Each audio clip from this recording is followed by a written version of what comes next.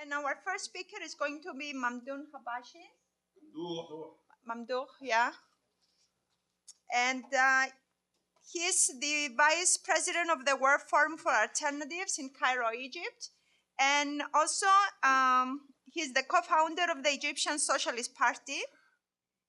Dear ladies and gentlemen, I have to thank the York University for inviting me and giving me this marvelous opportunity to know and make acquaintance of such very eloquent personalities and to have this debate.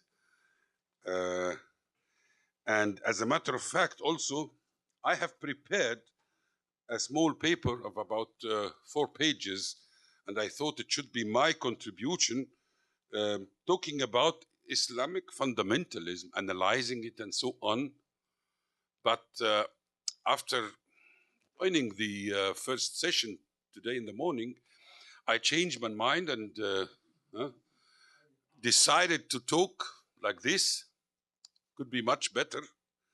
And hoping that we will be having enough time for discussion, especially after my before speakers, Gilbert and Dina, have already covered the issue of Egypt completely, so I have nothing more to add. I think the chapter Egypt is herewith closed.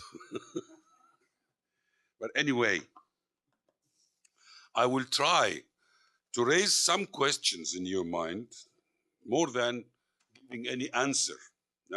So I will tackle very small points in the available 20 minutes, trying to avoid what my friends have already said. What is special in Egypt? Everybody said that is something special, but what is exactly special in Egypt?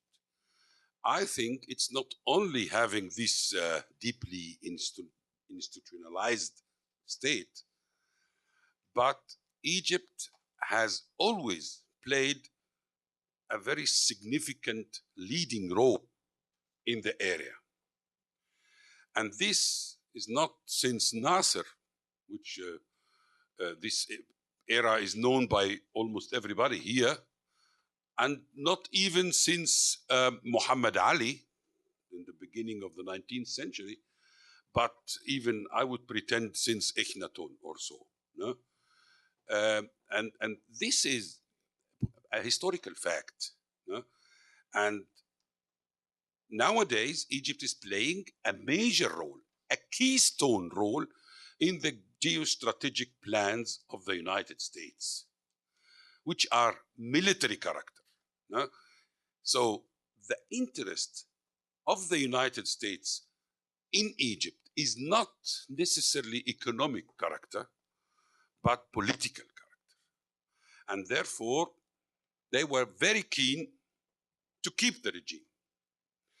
To keep the regime, that means after getting rid of the head of the regime, keep the regime in terms of the ties, the dependency between the Egyptian regime and the plans of the United States. Not only in the economic way, but all other ties we are going to speak about when you raise questions. Egypt has the eldest bourgeoisie in the entire Middle East. Even Karl Marx has mentioned that, very special. Egypt was the first emerging country in history. Emerging country means the first country who started a development experiment on a bourgeois base, even trying to compete with the colonial power of that time. And it was dangerous enough to collect themselves to defeat the Egyptian fleet 1839. So these are history. I'm not going to go through history because my 20 minutes never allow this. No? So it's not specific Egyptian. I mean, anyway. Yeah, yeah. As also Gilbert has mentioned, which is very important, is the uprising, we'll call it uprising, no? The January 25th, 2011. That was the logic result of a series of accumulation of series of protest movements, no? And if you don't see it in this context, you will never understand what happened. For those who are living in Egypt, it was obvious that something should happen. But when exactly, and how it would look like, nobody could know. But everybody knew that something would happen, something huge would happen. Now, everybody spoke about the spark, and so I agree on that. What happened, you can compare it with a giant without a head. And this is exactly the problem of the Egyptian movement. Giant without a head. We have hundreds of organizations, or let us call it social movements, or whatever kinds of unions or what, but who joined this movement and led to the upheaval. But this is not leadership. Therefore, you cannot compare it with any other organized revolution, what happened in history, like the Iran with Khomeini, or even the Red Revolution of Lenin, 1917, when they took the power with an organized party or whatever, and the life went on. So in Egypt is not the case.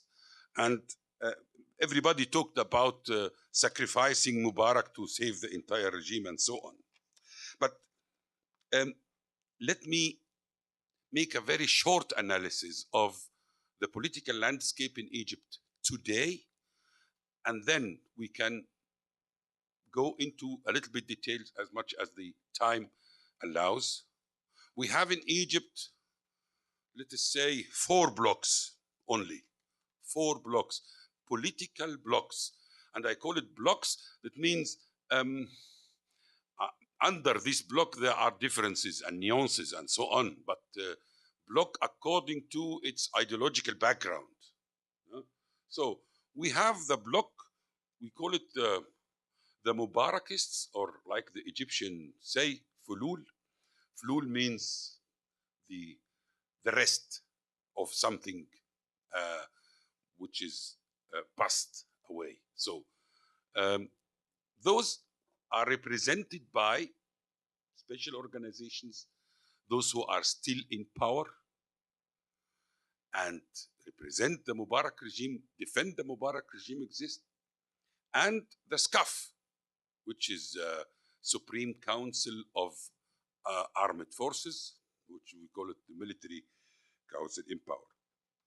Then we have the bloc of the liberal conservatives in general, and this bloc has quite a number of parties, among them old parties and parties that have been founded after the uprising, and mainly funded by the Egyptian bourgeoisie, which was somehow hurt in the competition conditions under the Mubarak regime.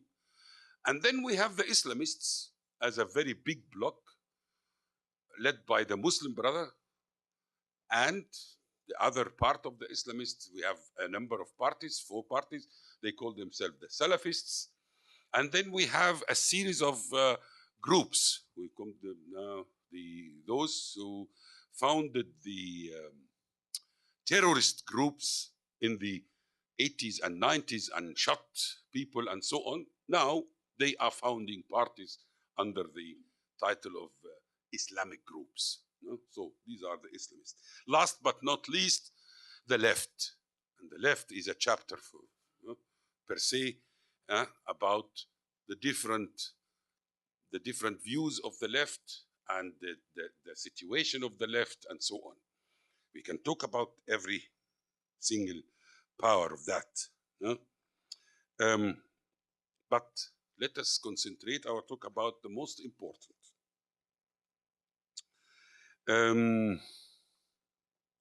We have now a very big issue in Egypt, which I can mention now. It was not mentioned today in the morning.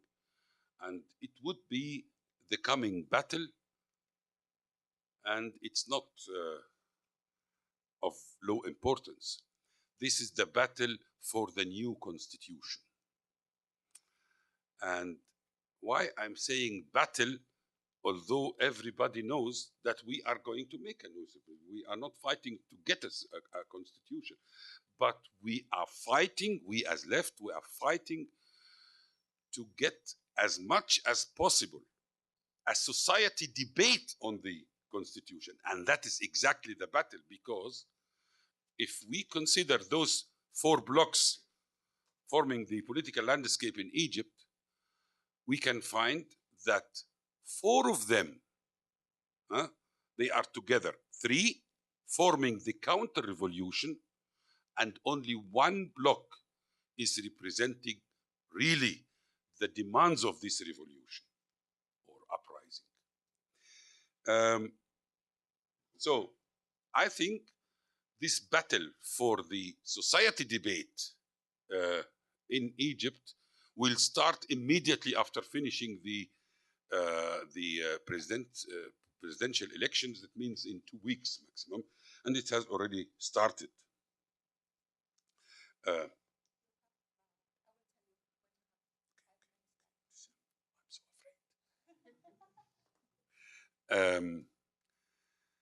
But for those, because I had a nice discussion with many of you yesterday and today, and I found that many are optimistic and many are pessimistic, and nobody knows why optimistic or why pessimistic. I would suggest or propose another kind of observation, of analyzing that. What we call in our jargon, bird's eye view. We look to the history of Egypt, and it's not specific Egyptian, I mean history in general, but now we are talking about it. We look at this history as a series of long waves of tide and ebbs. So the last tide and last ebb I would describe. But before I do that, I have to define what is tide and what's ebb. The only criteria why I call this wave a tide, a revolutionary tide or a revolutionary ebb, is the degree of participation of the masses in the policy making. No? And therefore, when we see the history in this, or from this perspective, you can see that the last huge wave of tide started by the revolution of 1919 in Egypt, immediately after the end of the First World War. No? We call it the bourgeois revolution. And from this revolution, we had started a tide, ended by the end of Nasser regime. The end of Nasser regime, let us agree upon, ended in the year 1967. And after that, we had a long wave of ebb in which the people, as the factor of the equation, was not mentioned at all. From 67 until the uprising of January 2011, this is the end of the ebb. So now we are starting a new long wave. And long waves means not some years, but decades, because this is a process of creating new leadership. And this is something you cannot make it by decision. And as also many of the left of the country, they are victims of illusions that the revolution could make it by a knockdown. No? It's impossible. If we do not make our homework and build up this leadership in a long process, it's not possible. It is just not possible, and it will remain illusions. So, for those who are pessimistic, I would just to remind them of that the first achievement that the Egyptian people has got after the 1919 revolution. The 1919 revolution was even more violent than this before. No?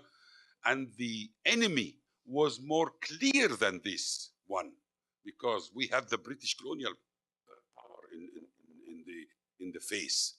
So the first achievement was the election of the Wafd party, the first democratic election in the history of the country, and it was gained 1924.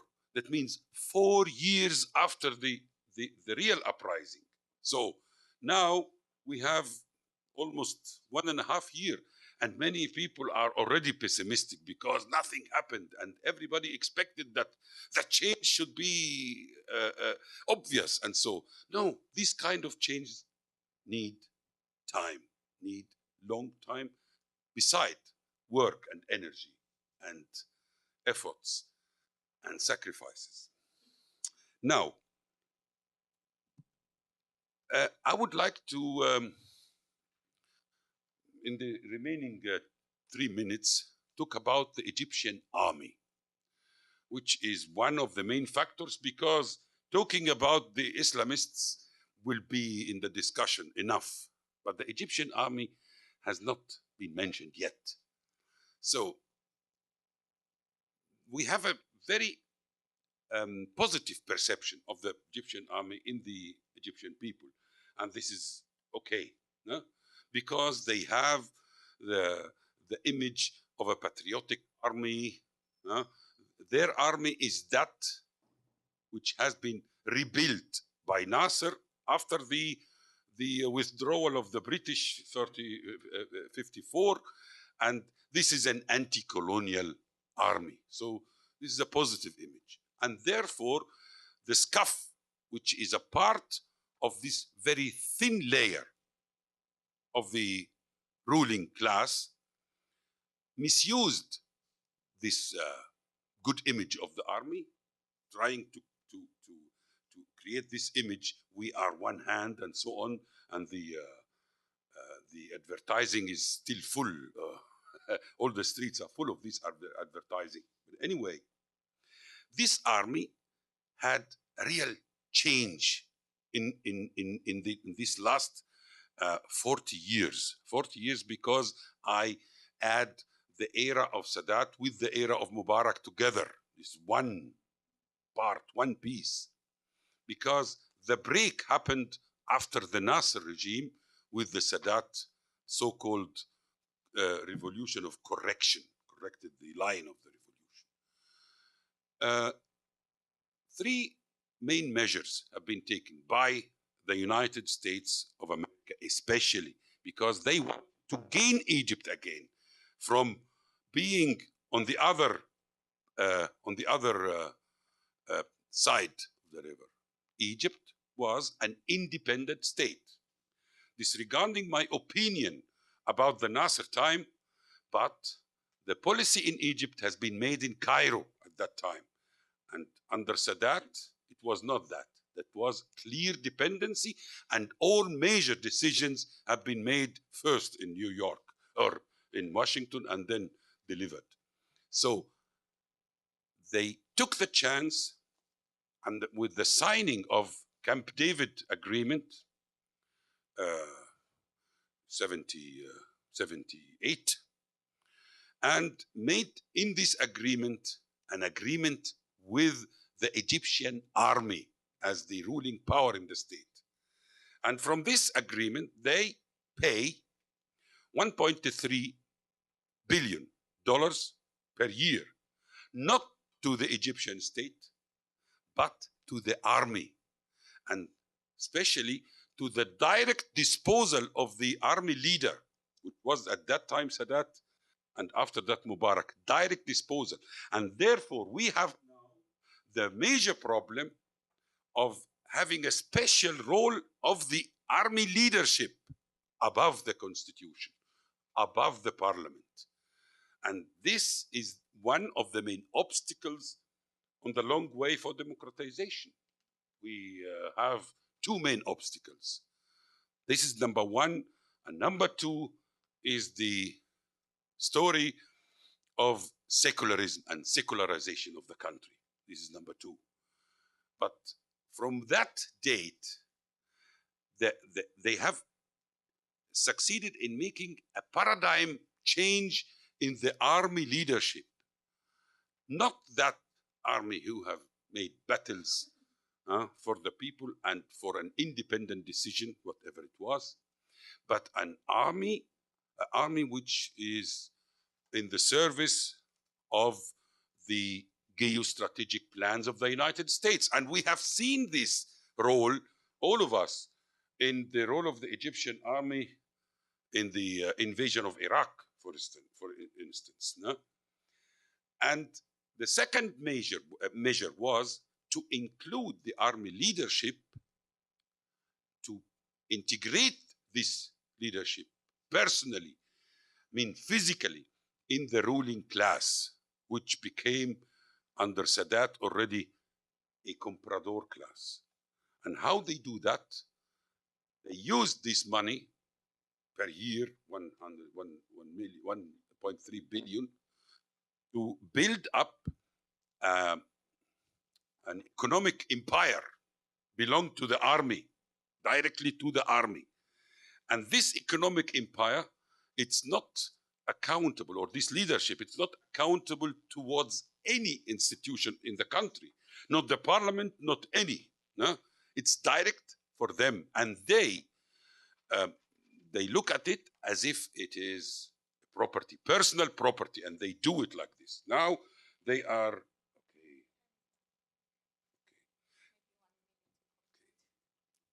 Now they look at it as personal property, and they are declaring that they are going to fight to protect their privileges in this sense. And I think the connection between that and what's happening should become obvious now. The economics, they say between 1/4 and 1/3 of the entire economy of Egypt is in the hands of the army leadership and for their own profit. Thank you.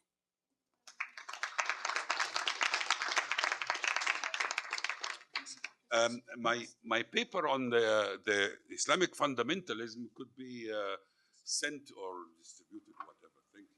Okay, thank you so much, Mamdouh, for this great presentation. And now I'm going to have everybody present, and then we open it to discussion so that we have more kind of collective discussion going on. Youcef Bouandel from Qatar University, and the title of his paper is The Impact of the Arab Spring on the Maghreb, Lessons and Prospects. Youcef is an associate professor of international affairs at Qatar University, and he holds a license in politics from the University of Algiers and a Master's of Philosophy and a PhD from the University of Glasgow, Scotland. Good afternoon, everybody. First of all, I would like to thank Haida and Said for inviting me to talk today. I met them last year in Athens, Greece, the cradle of democracy, but we looked for it, we couldn't find it. Obviously, democracy grew up and disappeared, so we meet today in Toronto in the quest for this democracy. Let's hope we will find it. It's good to be in Toronto and to see the rain. It was very, very, very hot, to say the least, back in Qatar. Obviously, over the last 18 months or so, so many people have been talking about the Arab Spring, Arab Awakening, Arab revolutions, events basically that took everybody by surprise. Nobody expected what was happening. But in my view, it will be a mistake to talk about it as monolithic events, because different countries have experienced different paths, even though they have certain things in common. For instance, Tunisia and Egypt made it at low cost compared to what happened in Syria and Libya. Other countries simply throw money at the problems. We look at the Gulf states, the increases in salaries were phenomenal last year. Other countries, especially in North Africa, Algeria and Morocco, have started certain reforms. Obviously, when we talk about transition to democracy, different models, or we face basically three models. Bottom up, basically what happened in Tunisia and Egypt, among other countries. Top down is basically the authorities initiate a series of reforms and military defeat that is not applicable to countries in the Middle East. So how did it happen? Obviously, Tunisia, Bouazizi, and all of you know this. And so many observers felt that Algeria would be next. I beg to differ, because Algerians would claim that they had their spring in October 1988, and it turned into a very extremely dark adjectives, etc., winter. So my presentation today will be like driving a car. When you're driving a car, you look forward, but you have the mirror that you look at what happened behind. So in other words, what does the Algerian experience, or what lessons can be learned from the Algerian experience for these countries undergoing a transition, if I want to call it that way? And secondly, what has the impact of the Arab Spring on Algeria's domestic politics? And hopefully I will finish my presentations. I forgot my crystal ball. I have one in my office in Qatar, but I will look into my crystal ball and hopefully come up with some suggestions for the future. So what happened in October 1988 was the Algerian equivalent of the Arab Spring. To my mind, that experience of Algeria did not get the necessary attention it deserves, especially as far as the English-speaking world is concerned, because Algeria is perceived to be the French domain, but mainly for two reasons. The first one is the absence of social media, Twitter, Facebook, internet, etc., and most importantly, satellite space channels like Al Jazeera and others. And the second one, 1988, coincided with some very important events that were taking place in Central and Eastern Europe, basically the Gorbachev, Glasnost, Perestroika, and so on and so forth. The outside world was much more interested in what happened in that particular place of the world as opposed to what was happening in Algeria. I will open small brackets and say that the Algerian president at the time, Chadli Benjdid, even accused Gorbachev of stealing his own ideas. He claims that, seriously, these are the claims made by one of the Rabah Bitat, the former speaker of the Algerian parliament, in which he said that the president of Algeria thought that Gorbachev was stealing his own ideas. Anyway, after 1988, Algeria started a process of transition to democracy, which ended in 1992, led to violence that claimed the lives of over 200,000 people, etc., etc. But there was also a second process of democratization that started in 1995 until the Arab Spring.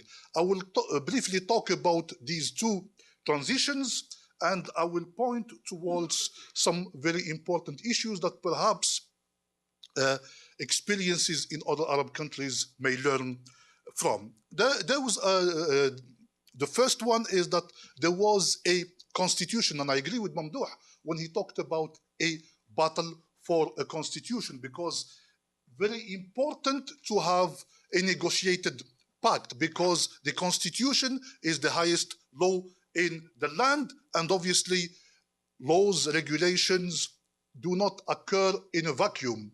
They usually reflect the interests of those people who put them in place. You don't have turkeys voting for Christmas like the British would say.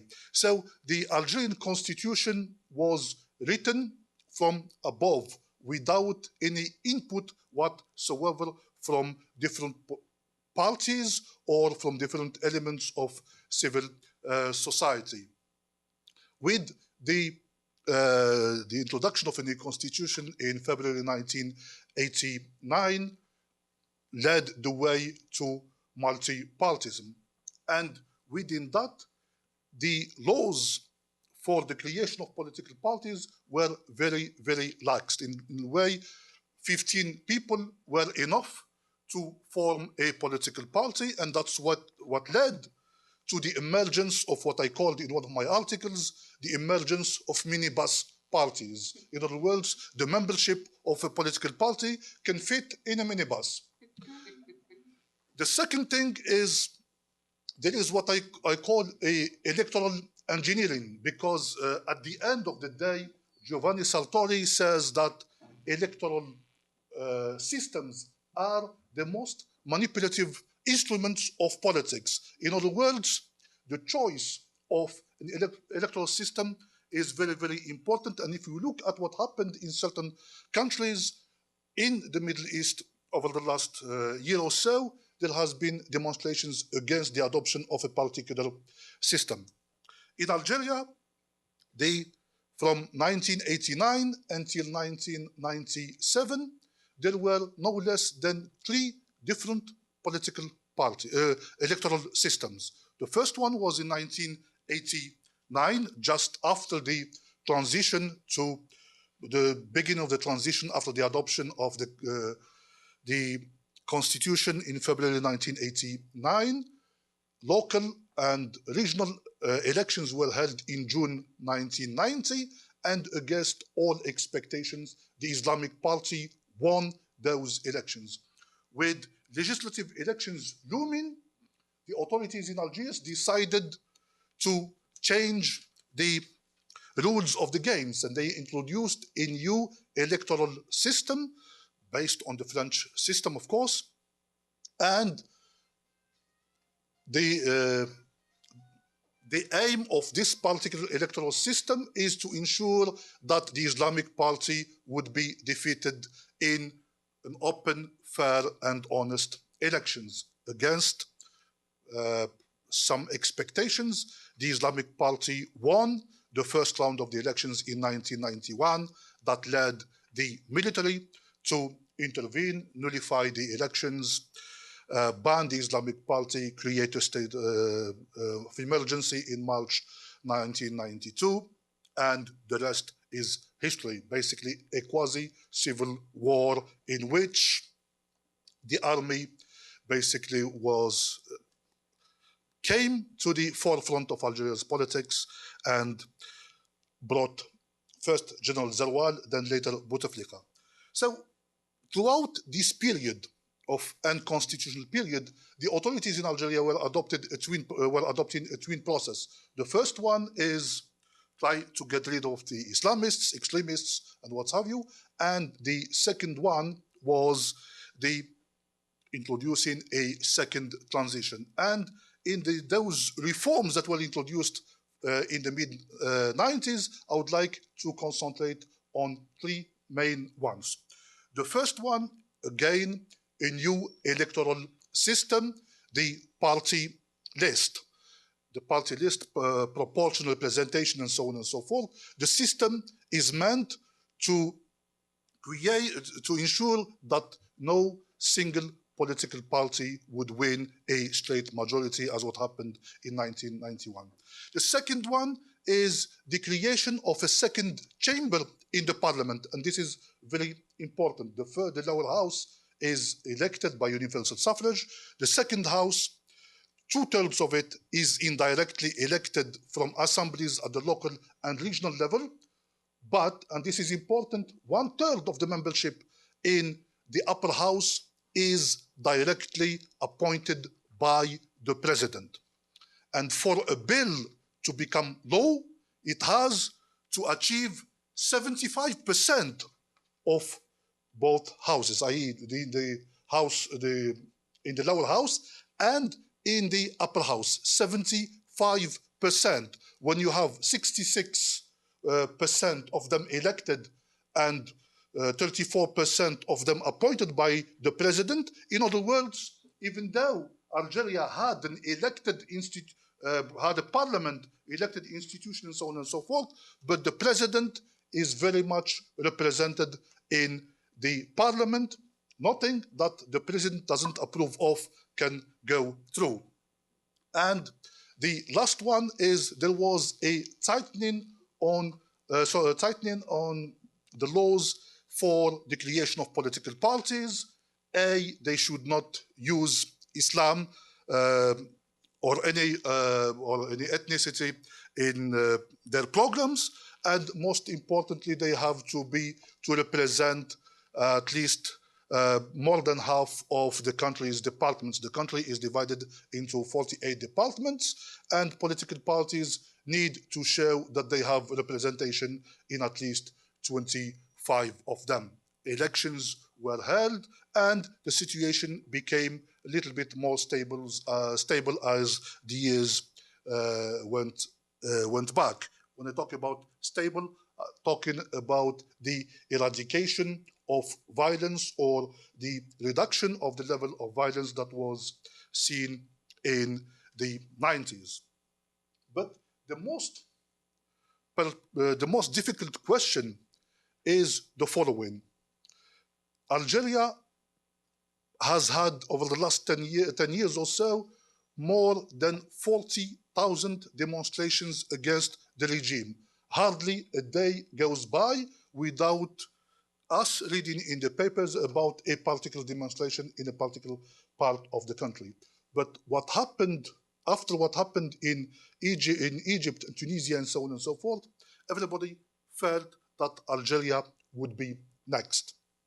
I argued against that. I thought that Algeria would be immune, at least for the foreseeable future. An article I wrote last year in London, in which I outlined a number of factors. Mamdouh earlier on talked about the perception of the Egyptian army.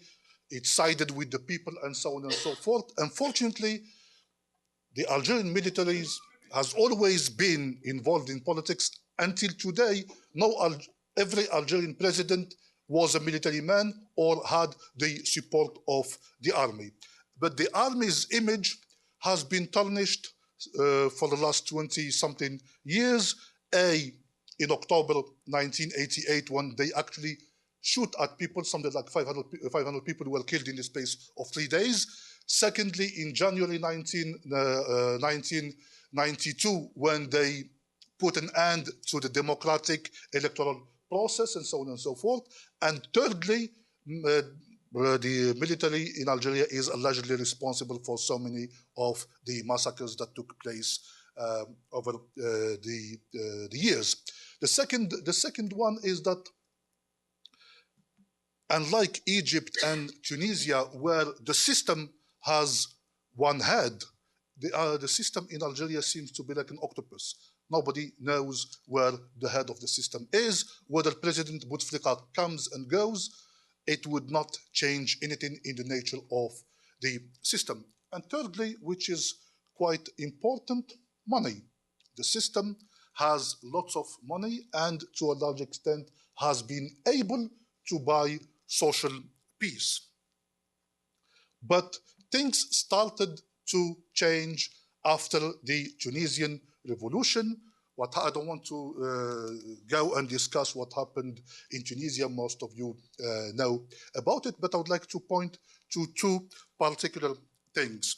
The first one is that in Tunisia, they seem to have gone through the normal channels for a transition to democracy, if there is such a normal channel. In other words, the election of a constituent assembly to write a constitution, which is something that the Algerians have been calling for a long time.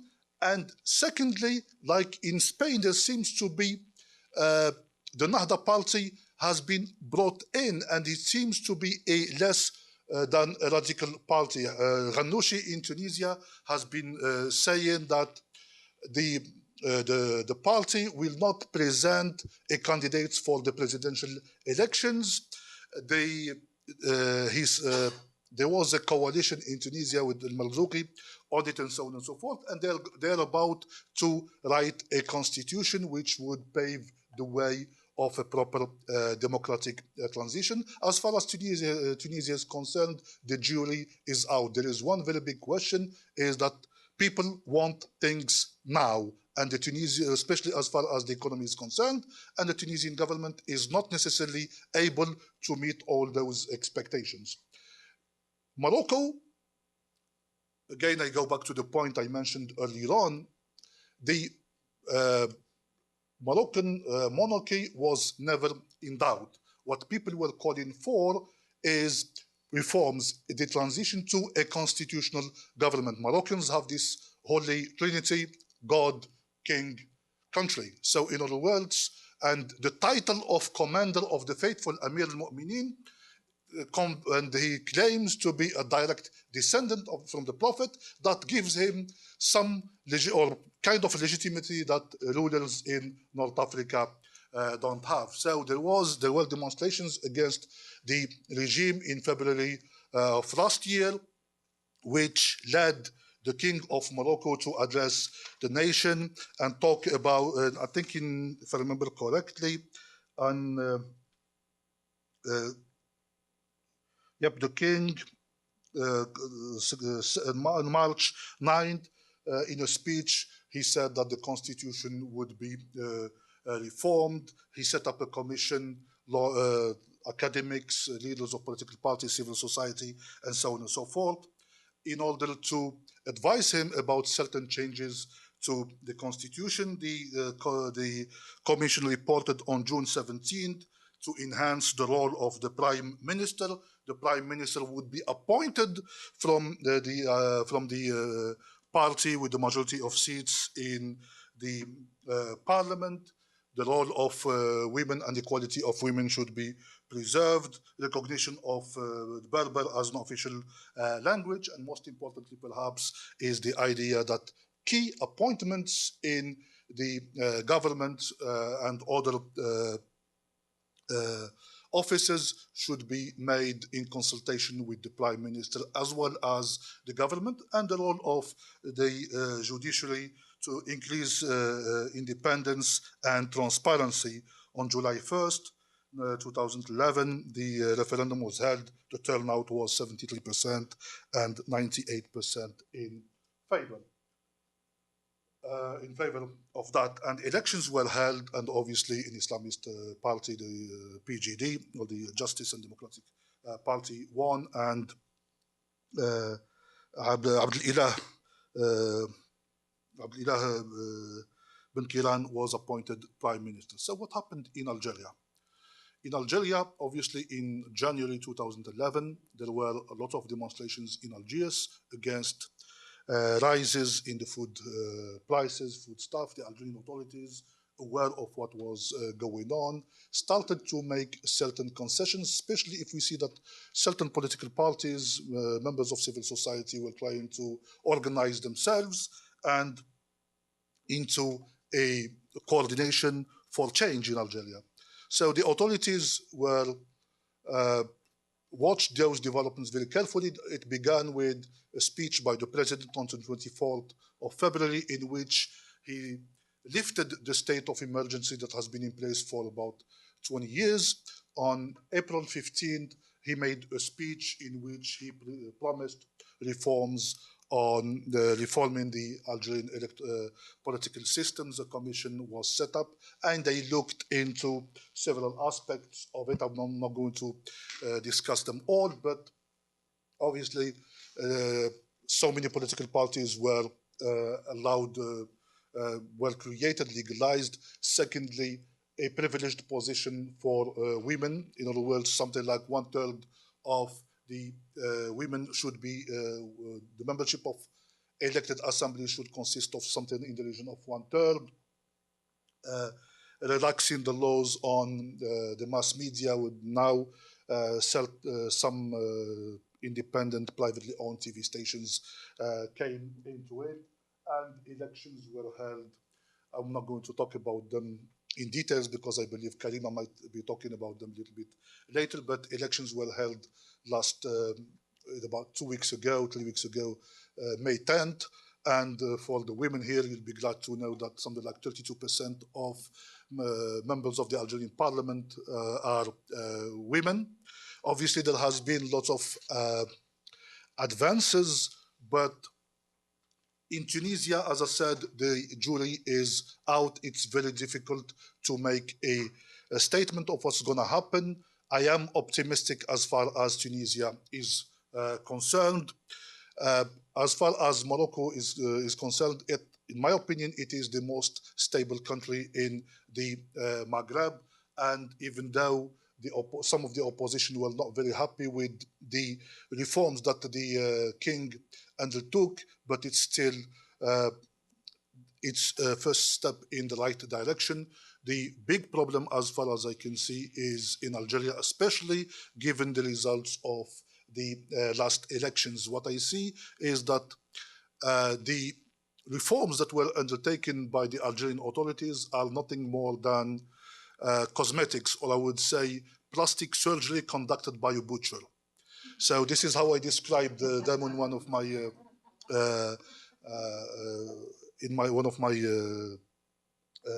lectures before. To date, Algerians are very tired and they don't want to go back to what they saw in the 90s. There is a lot of money. Even the IMF wants to borrow some money from Algeria. And I read yesterday that one of the ministers said that Algeria has agreed to lend the IMF some money. Crazy for a country that a few years ago was in debt. $200 billion in reserves. Obviously, the Algerian authorities have been able to throw money at any problems they face. Can that be sustained? The question is, they might in the next couple of years, but it will turn against them if they don't open up the system. Thank you very much for listening. Yes. Thank you, Said. And now we have the third presentation, and it's going to be by Karima Bennoune. That's correct? Okay. And it's titled, Karima is from Rutgers University School of Law, Newark, in the United States, and her title is Green Wave Blues, ? Feminism and Fundamentalism in 2012, Algeria and Tunisia. Karima is professor of law and Arthur Dixon Scholar at Rutgers School of Law in Newark. Of course, you know it's in the United States. What else can I read for you, Karima, here? Let's see. Her publications have appeared in many leading academic journals. I'm not going to read the journals. You can read them, but mostly legal journals. So, Karima. So I think I may be the one lawyer, or at least the one law professor here, but I really enjoy an interdisciplinary discussion. So I'm very glad to be here and really want to thank the organizers. It's wonderful to be in a room full of people whose work I have been reading and learning from over the years. And the title, as was mentioned, of my lecture is Green Wave Blues, ? Feminism and Fundamentalism in 2012, Tunisia and Algeria. But it's drawn from a bigger research project that I'm engaged in at the moment about progressive people of Muslim heritage challenging fundamentalism. And so, you know, this talk is sort of pulled from that. And what I realize is that the talk is both too long for the time frame and too short to really say what needs to be said about this topic, so please do bear with me.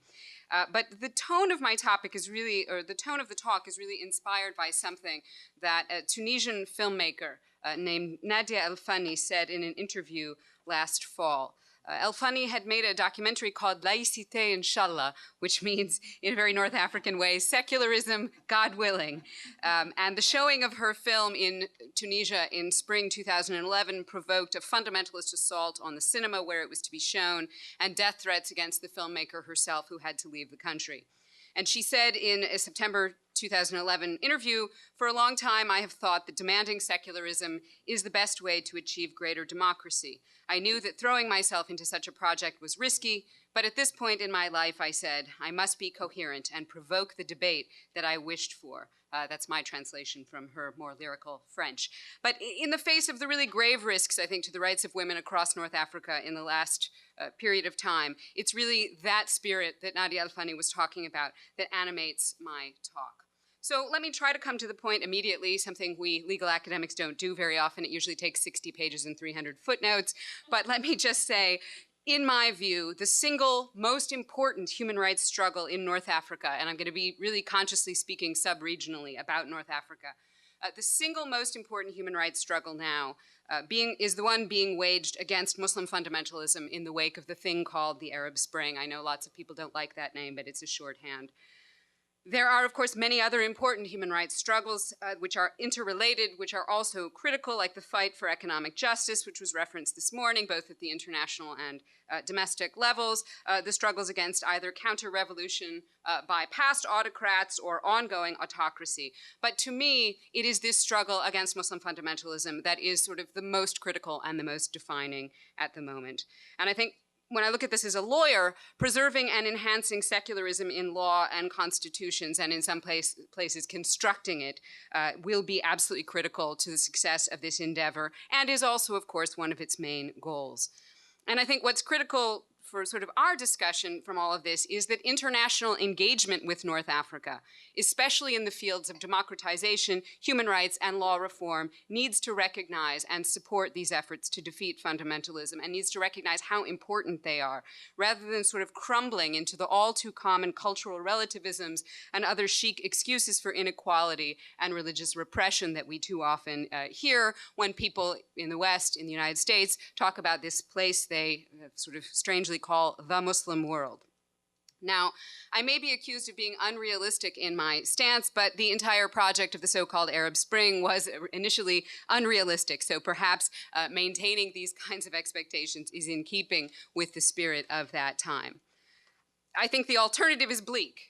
If instead the fight against fundamentalism fails, if North African law is further invaded by a politicized form of what right-wing religion, not only law, but also society, then the secular autocrats will have simply been exchanged for fundamentalist autocrats who now have God on their side, and women will end up significantly worse off. This, I think, would be a tragic outcome of these popular movements for which women, as we know, across the region made so many sacrifices. As Omar Belhouchet, the editor-in-chief of Algeria's leading newspaper, El Watan, told me in the Algerian historical context, speaking about the late 1980s, as Youcef mentioned, we did not bring down one form of dictatorship to usher in another. I traveled across North Africa to Tunisia, Algeria, and Egypt a number of times in the spring of 2011, and then I returned to Tunisia as an election observer in October 2011, which was a somewhat surreal experience, and this paper is really based on the interviews that I carried out in those trips. And I interviewed a wide range of people, many women's human rights defenders, lawyers, doctors, members of secular opposition parties, students, workers, trade unionists, protesters, community organizers, unemployed activists, because the unemployed are getting very organized in the region. It's a very exciting development. Hunger strikers, journalists, and academics. And I can't claim that this is some sort of exhaustive survey. It remains anecdotal, but just to give you some sense of the range of people that I talked to.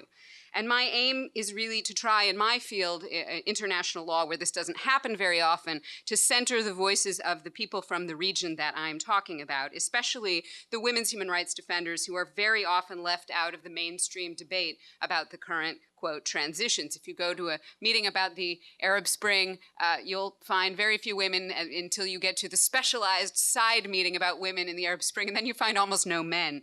So trying to bring women, I think, into the broader discussion is absolutely important. And for me, these women's human rights defenders with whom I spoke really offer the best explanation for why I take the stance on secularism that I do.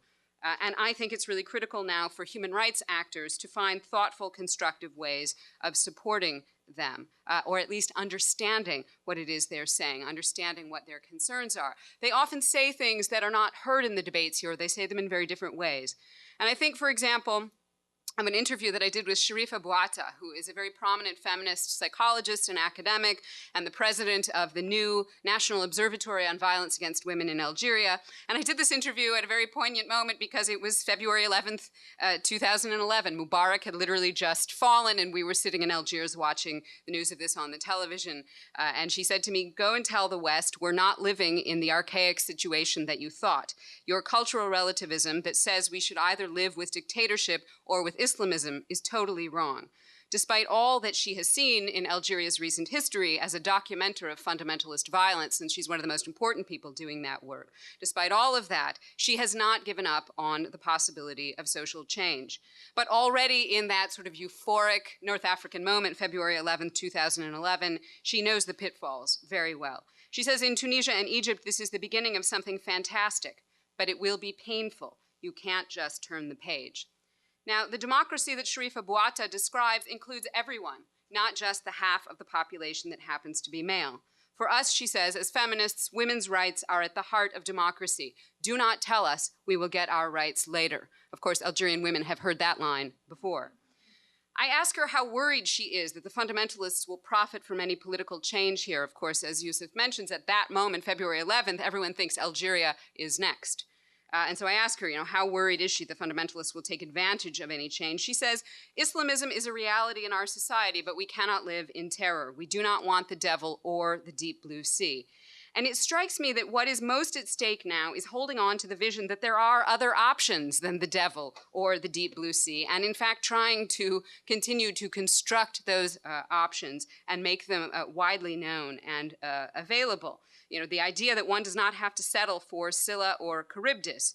Now, the West seems to be happy to do this, the US in particular, having thrown in their lot with the autocrats. They now appear to be quite happy to throw in their lot with fundamentalists, or, quote, moderate fundamentalists, and I will talk about that term a bit more in a moment. But back in February 2011, Sharifa Bouata was saying to me very clearly, dictatorship or Islamism, these are not the only forces in our country. There are others. And I think it's those other forces that are simply not being heard from enough in the media representations.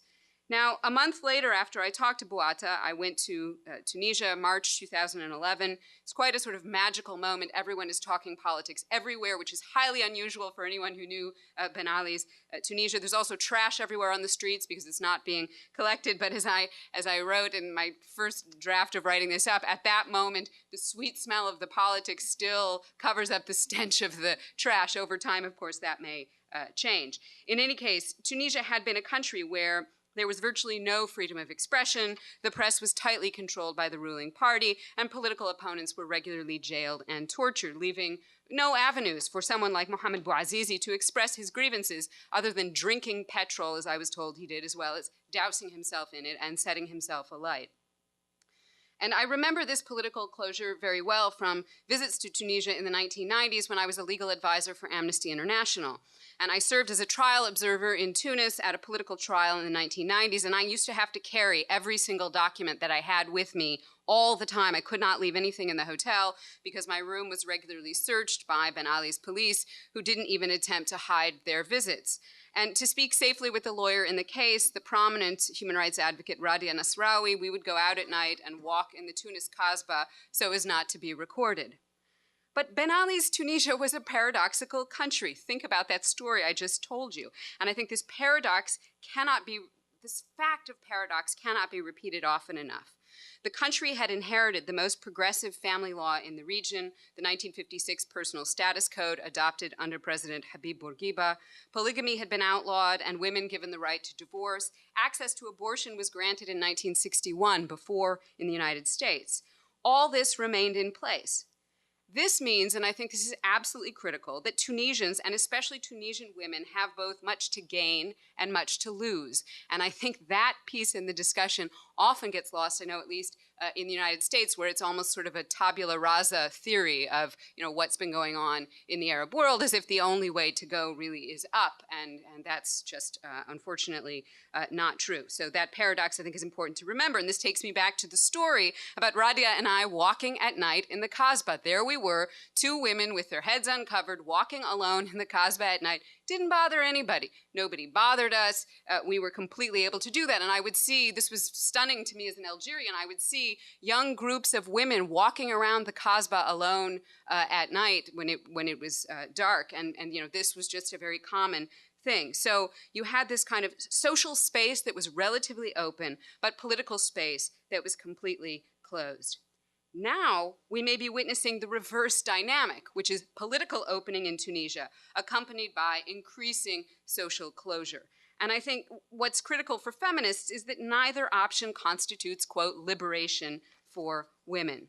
I think the question that those who are serious about substantive democracy have to ask is not only about political opening, but also about social opening. And this really requires struggling with a number of paradoxes. And there's a sort of metaphor, again, for these paradoxes that I like. I guess like is the wrong word. It's sort of painful, but it's compelling to me anyway, which is to talk about the new human rights minister in Tunisia. The new human rights minister in Tunisia is a gentleman named Samir Dilou, who is, of course, from the Ennahda party. He is the human rights minister, which is a brand new post in a transitional government created by the Tunisian revolution that overthrew the dictatorship of Ben Ali in the name of human rights, at least in part. So he holds a very iconic position. What does he actually stand for?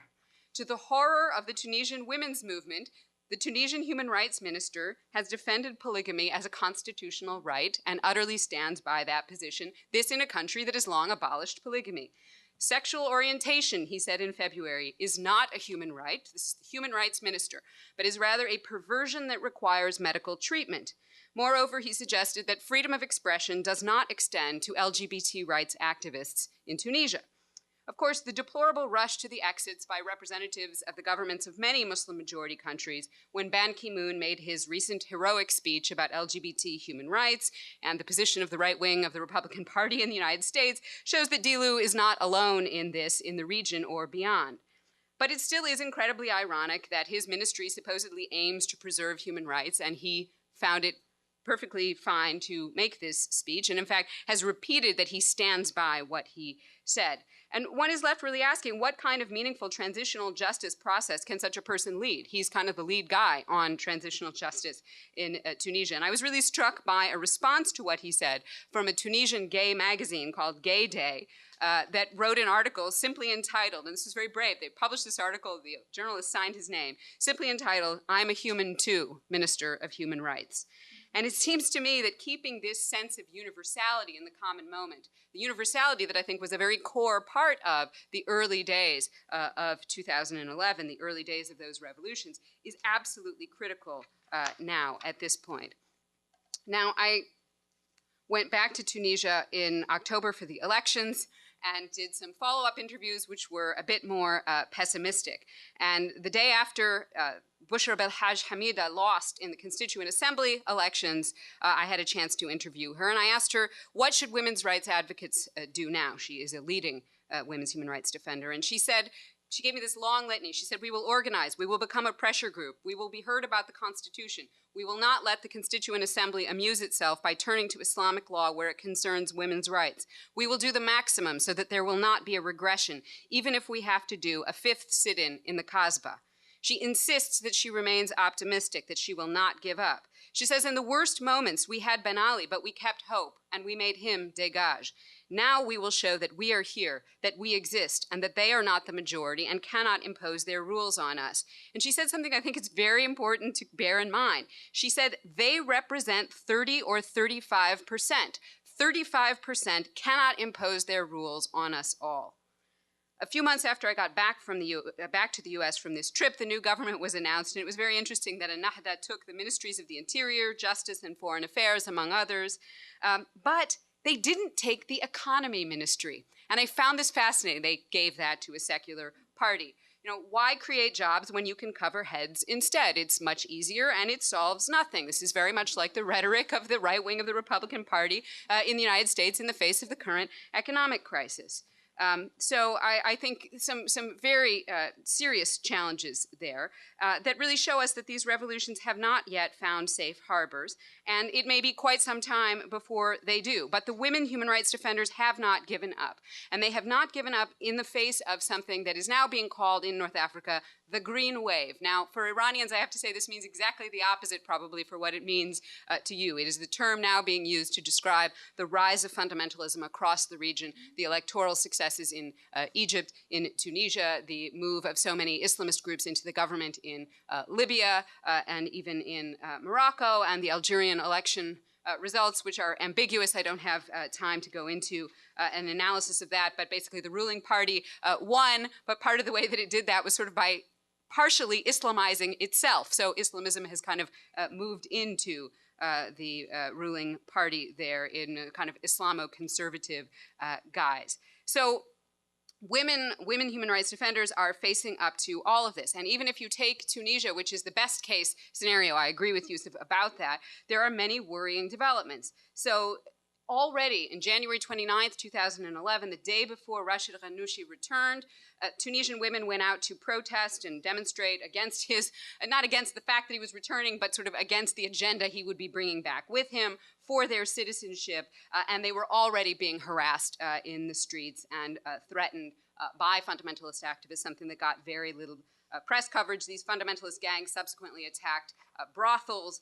Ennahda has mouthed some platitudes about women's rights and indeed has many women deputies, but it has meanwhile deployed one of those women deputies to be a leading campaigner against single mothers and has talked of paying women to stay at home. And one of the most drastic things I think that they're doing is really failing to stop the Salafi pressures and attacks on women and increasing attacks on women about how they dress. And one of the most disturbing things I heard was in a report from Giuliana Sgrena, a wonderful Italian journalist who wrote right after the Constituent Assembly elections that the revolutionary slogan, dégage, get out, is now being used by fundamentalists against unveiled women.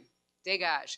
This really shocking way of taking revolutionary rhetoric and turning it around that is very worrying. We also see attacks on university campuses. As the daughter of an Algerian university professor, I think about this a lot. It brings back a lot of bad memories. Obviously, the two contexts are very different, but it is indeed very, very worrying. And the Algerian journalist writing about Tunisia, Taya Belghish, wrote back in February, comparing the current Tunisian president, Monsef Marzouki, who is himself sort of a liberal left human rights activist. They compared him to Bani Sadr and said there is good reason to fear for the future of democracy and liberty in the country. So, you know, that is the best case scenario, not to be overly pessimistic. But one of the things that's really interesting, I think, in this climate is that, at least from what I was hearing, women's rights advocates are not sensing that it's the moment for them to become conservative in their approaches. In fact, they're standing by their demands. They're standing by demands for secular law. They're standing by demands for universal human rights,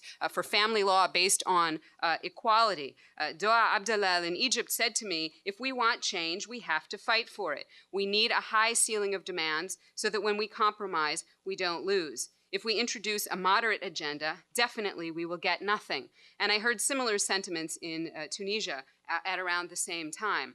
For these reasons, the Tunisian human rights lawyer Alia Shamari tells me she wants there to be no reference to religion in the new constitution, which, you know, of course, that's, quote, unrealistic. But it's the same refusal to kowtow to realism that made Alia Shamari and her husband oppose Ben Ali all the years that they did, when they could have had a comfortable middle-class life otherwise. So I think what's really critical is that in these transitional moments, there are both opportunities for women, but there are also risks for women. And you cannot build democracy without half of the population. It's simply impossible. So, you know, women's human rights are not some separate side minority issue that deserves their own conference.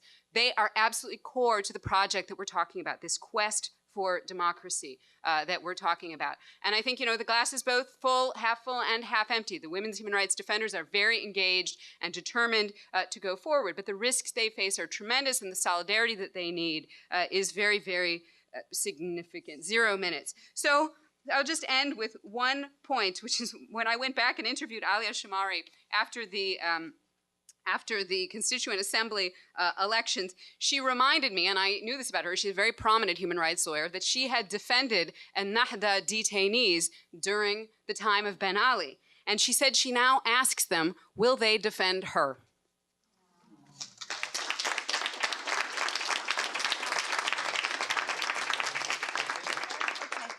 Okay. Yeah, Said.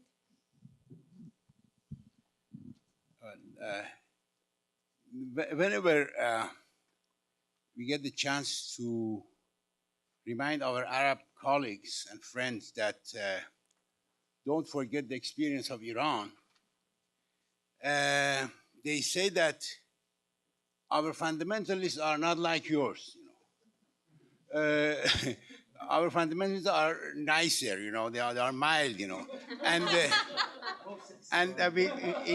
in Farsi we say, I say that Islamists are khoshmazeh, tasty Islamists, but the reality is that our Islamists also before coming into power were very mild. Khomeini was such a Democrat in Paris. He said that Marxists, communists, everybody is free, and I'm going to go to Qom, but gradually came in.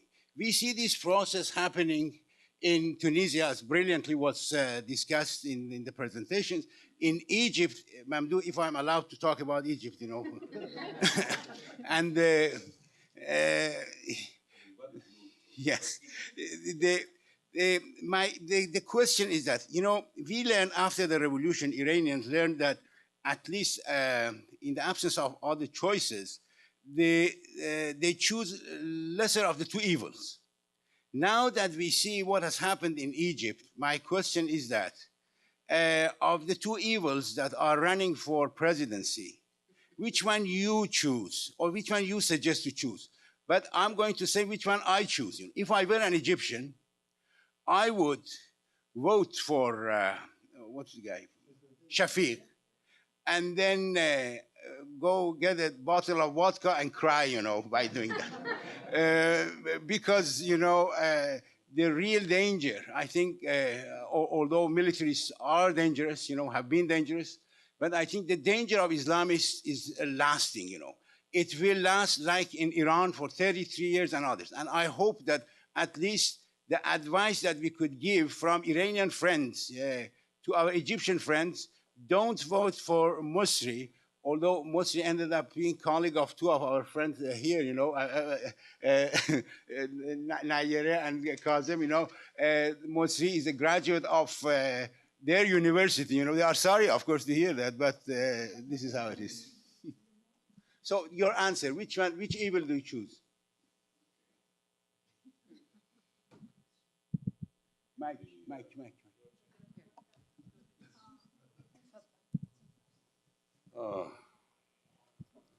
We need a lake of vodka. A lake of vodka. But I personally have another attitude towards such a question. You are not for sure not the first one who raised this question, and this question is understandable, and it's also in Egypt among the people. All of them, among all those who are fighting for the revolution demands, and now they are disappointed, and we don't say that those who will be voting for Shafiq are betrayers, or those who will vote for the other, something. No. But I personally have another attitude. This attitude of electing the less evil is disastrous for the long run. Disastrous because you will never have a born giant. I mean, for any revolutionary change, it starts as an embryo and grow in the society. So when you, and this is the attitude of many millions today, when you say, okay, Nobody can vote for Ralph Nader because Ralph Nader has no chance to get the presidency in the state. Nobody will never make a change. And we are sure that a real change would never happen through the parliament. Nobody expects a change by the parliament. We respect the parliament as an achievement of the civilization of mankind. But the parliament alone is like the mathematicians say always, necessary condition not sufficient. The change happens always from outside the parliament. As always, the parliament as an element of the state's apparatus is working exactly in the same direction of reproducing the system. Always reproducing the system. This is one of his main functions. So never expect a real radical change of paradigm of the system through the parliament. So therefore, two rails. Yes, two rails. Yes, two choices. We let the people go through the experience. I mean, everybody learns. The people never learn by studying political sciences, but they learn through own experience and only own experience when we talk about masses. So we say now we are building the third power, and this is started already. And the today demonstration in the Tahrir Square is one of the beginning. And we are not victims of this illusion that this third power is going to make a change in 10 days. No? But perhaps also in the next or after next elections, no? The third power that refuses both on a clear base. Both are the two sides of the medallion or of the coin. Both. We say this is the Mubarak regime and this is the Mubarak regime قطاع المعاملات الإسلامية. No? That is the Islamic. I think I'm going to stop because there is a lot of people having their hands up. Okay, I had raised my hand earlier, but if there's time, I'll come back. I wanted to comment on Karima and Youcef, but I will rather respond to my good friend Saeed. Well, I agree with what Mamdouh said, but I want to add a few things. If I ask you how did Hitler come to power? What would you say? You would say, wrong. He lost the election. Hindenburg was elected and he nominated Hitler. The Social Democrats said, we'll vote for Hindenburg to prevent Hitler, and they got both.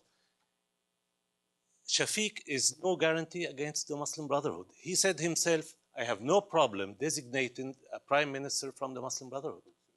And they control parliament, and they will have to do the constitution.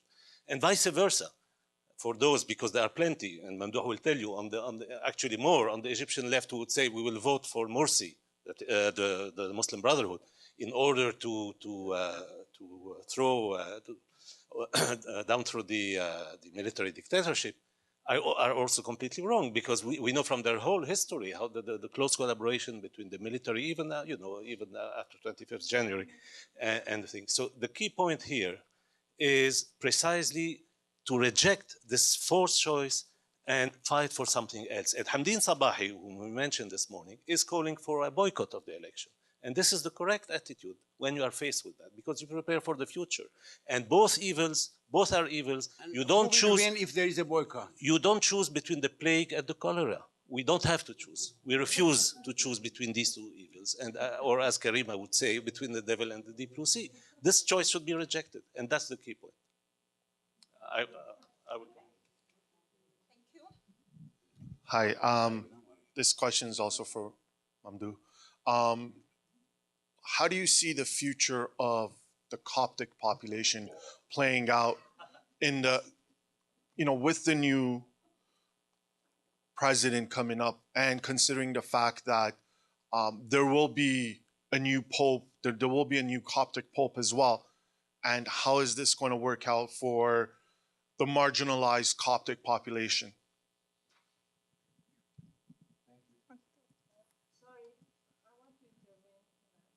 Okay. Yeah. Okay, that's fine. Okay, so who else? Yeah, you guys had your papers. I think you were first. Thank you. I'm Naira Touhidi. I really enjoyed all these papers so far and learned a lot. I especially appreciated Karima's talk, and my question is kind of in line with what Said asked, but I'm not asking about Egypt. I'm asking whether in your observations in Maghreb, did you notice any awareness or interest in the case of Iran? I'm just wondering whether people know about it, the experience of women, especially in Iran, and whether they have learned anything about it or whether they reflect on it at all. Because there's such a ignorance on both sides. Iranians don't care much about what's going on in the so-called Arab world. But recently it is changing, because now they are taking Arabs more seriously after all these uprisings. I'm wondering whether there is any, reciprocity in that regard.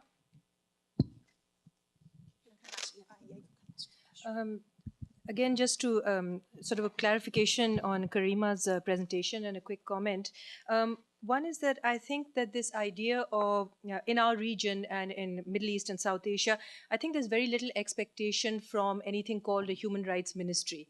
I really do think that very few people expect it to be, to go against the grain of the government or to uphold some kind of universalist human rights attitude. In fact, the whole idea of a human rights ministry is problematic in the region, because usually it's expected of them to go against human rights as defined by Western imperialist power. So that's problematic and challenged in these notions itself.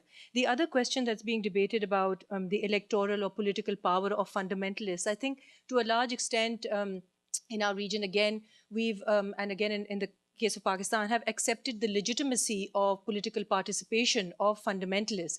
But I think that, again, where we can play a role is in not allowing them to be redefined as credible promoters of democracy. I think that's where one has to, and I think that you raised this problematic as this caption of something called moderate fundamentalists, which is problematic. And I think that's where we should be focusing our energies on them trying to achieve a kind of credibility as promoters of democracy when they're not, rather than questioning their electoral role or their legitimate right to participate in electoral politics.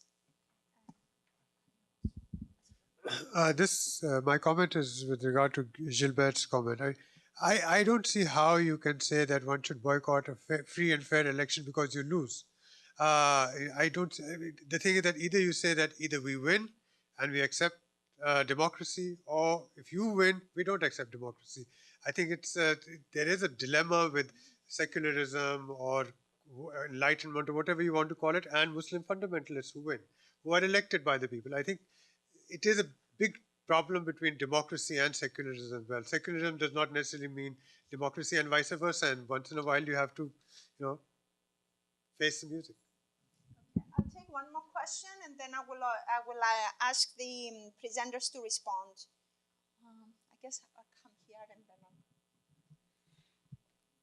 Well, this is something that Akbar raised and also Mamdouh answered in some way. But Karima, I think, raised something which I want to focus and maybe Karima can answer. And she quoted someone saying that 30% cannot impose their will. And this is very much close to what Gandhi said about democracy. And I'm talking about Mahatma Gandhi. For him, democracy was a heartless doctrine, mainly because what it meant that 51% imposed its will on 49%, and he said this is not acceptable. Now, the question is, and this comes to the second thing that Karima raised when she divided the social space and political space, and say, now that the political space has been open, what about social space? Now, I think what is lacking, and this is also in the context of South Asia, is whether we have alternative scenarios of democratic practice. And that is lacking, in fact. I think we still hold this majoritarian system where 35% or even less actually can come and dictate things.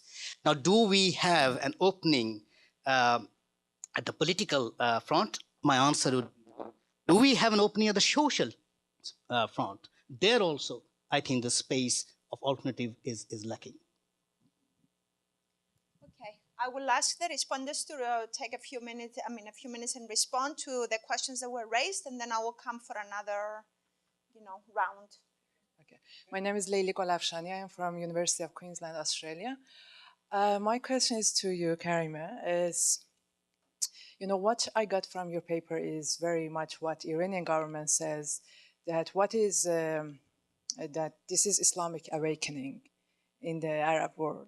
And it has used this discourse, Islamic awakening, opposite to Arab Spring, to crack down on Green movement successfully, saying that, look, what you want, democracy, but all other Muslim countries are following us, and they are our past. So do you think that the Iranian government is the winner of Arab Spring or not?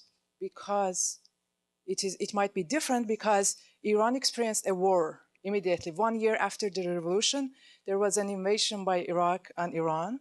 So Iranian government really used this war to solidify its, different parts of, we had liberal, Marxist, Islamist, every kind, so to purge all the oppositions and dissidents because of this war. But hopefully in Arab countries, there are not gonna be war. Yes, so what's your take on that? Thank you. Thank you. Okay.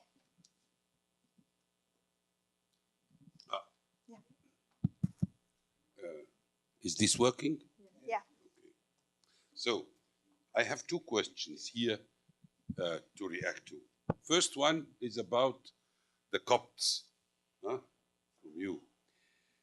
I think this is a very complex question, and it has no direct answer like this, because the Copts, as a part of the society, they have all the variations and the entire spectrum of the political deviation in the society.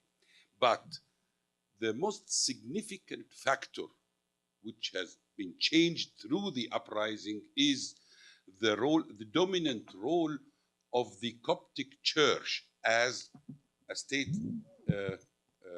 institution. Because such a despotic regime of Mubarak was gaining through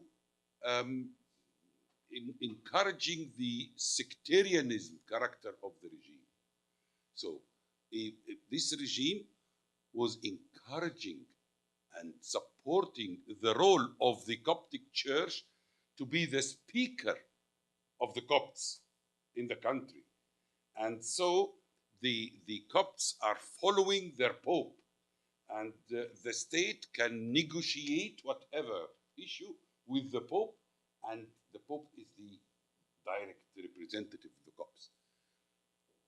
And that is a very, very low profile model of democracy.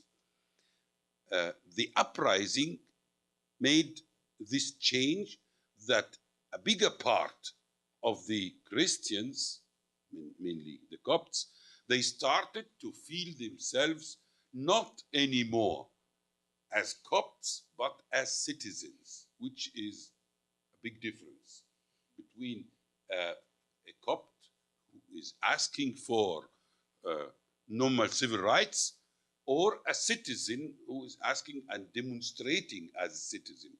And this is the real change that happened. No?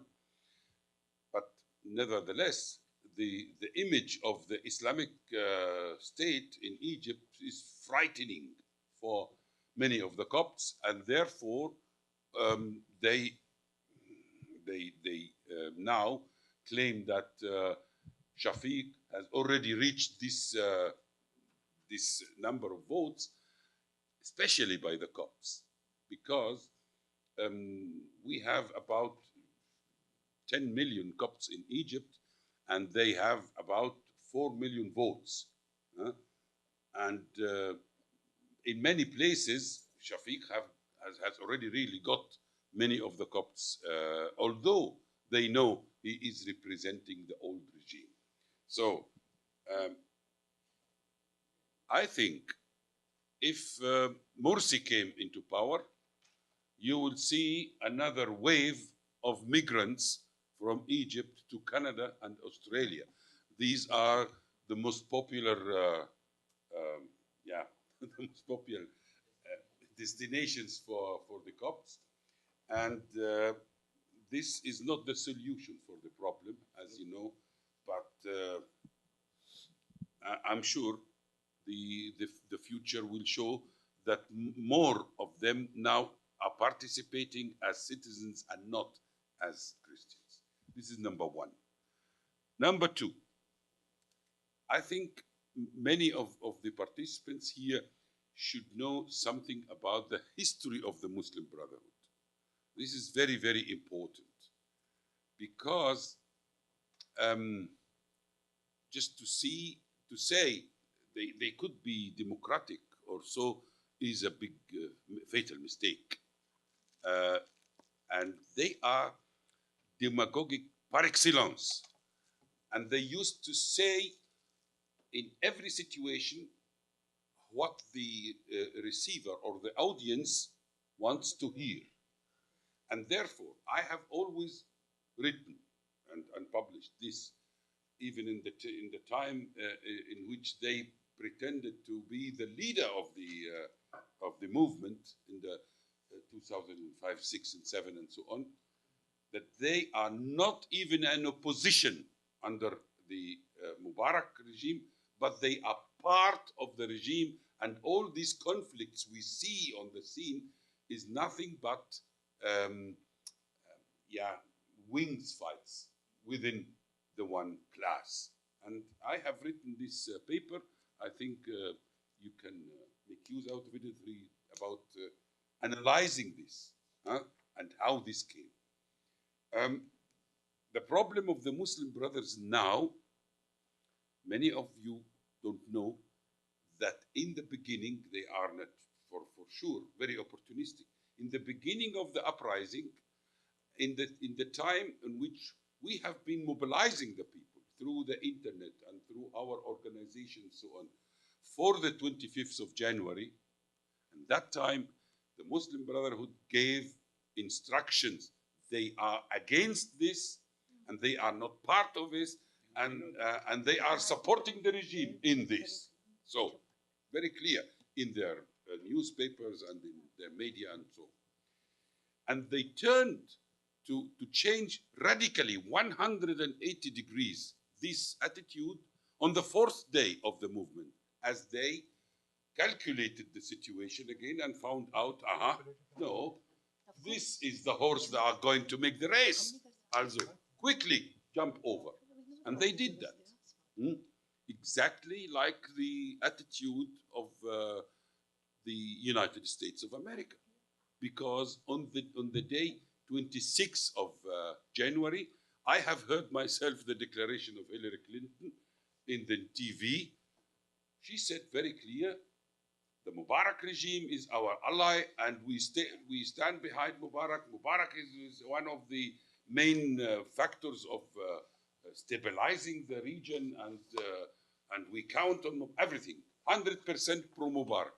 And exactly 48 hours later, make the 180 degrees, we asked Mubarak to make the smooth transfer of or transition of power and so on. So about the Muslim Brothers, please don't make these mistakes. A very interesting thing, last but not least, I will not continue, is to know exactly the difference between the Muslim Brotherhood and the Salafists, which are also very powerful in the country. I have the chance I had the chance about 4 months ago or something like this, 5 months ago, to have a debate, to be part of a debate between a Salafi guy and a Muslim brother guy, one of the ideological supporters of them, about democracy, about their understanding for democracy. And it was very, very interesting to know how they think about this.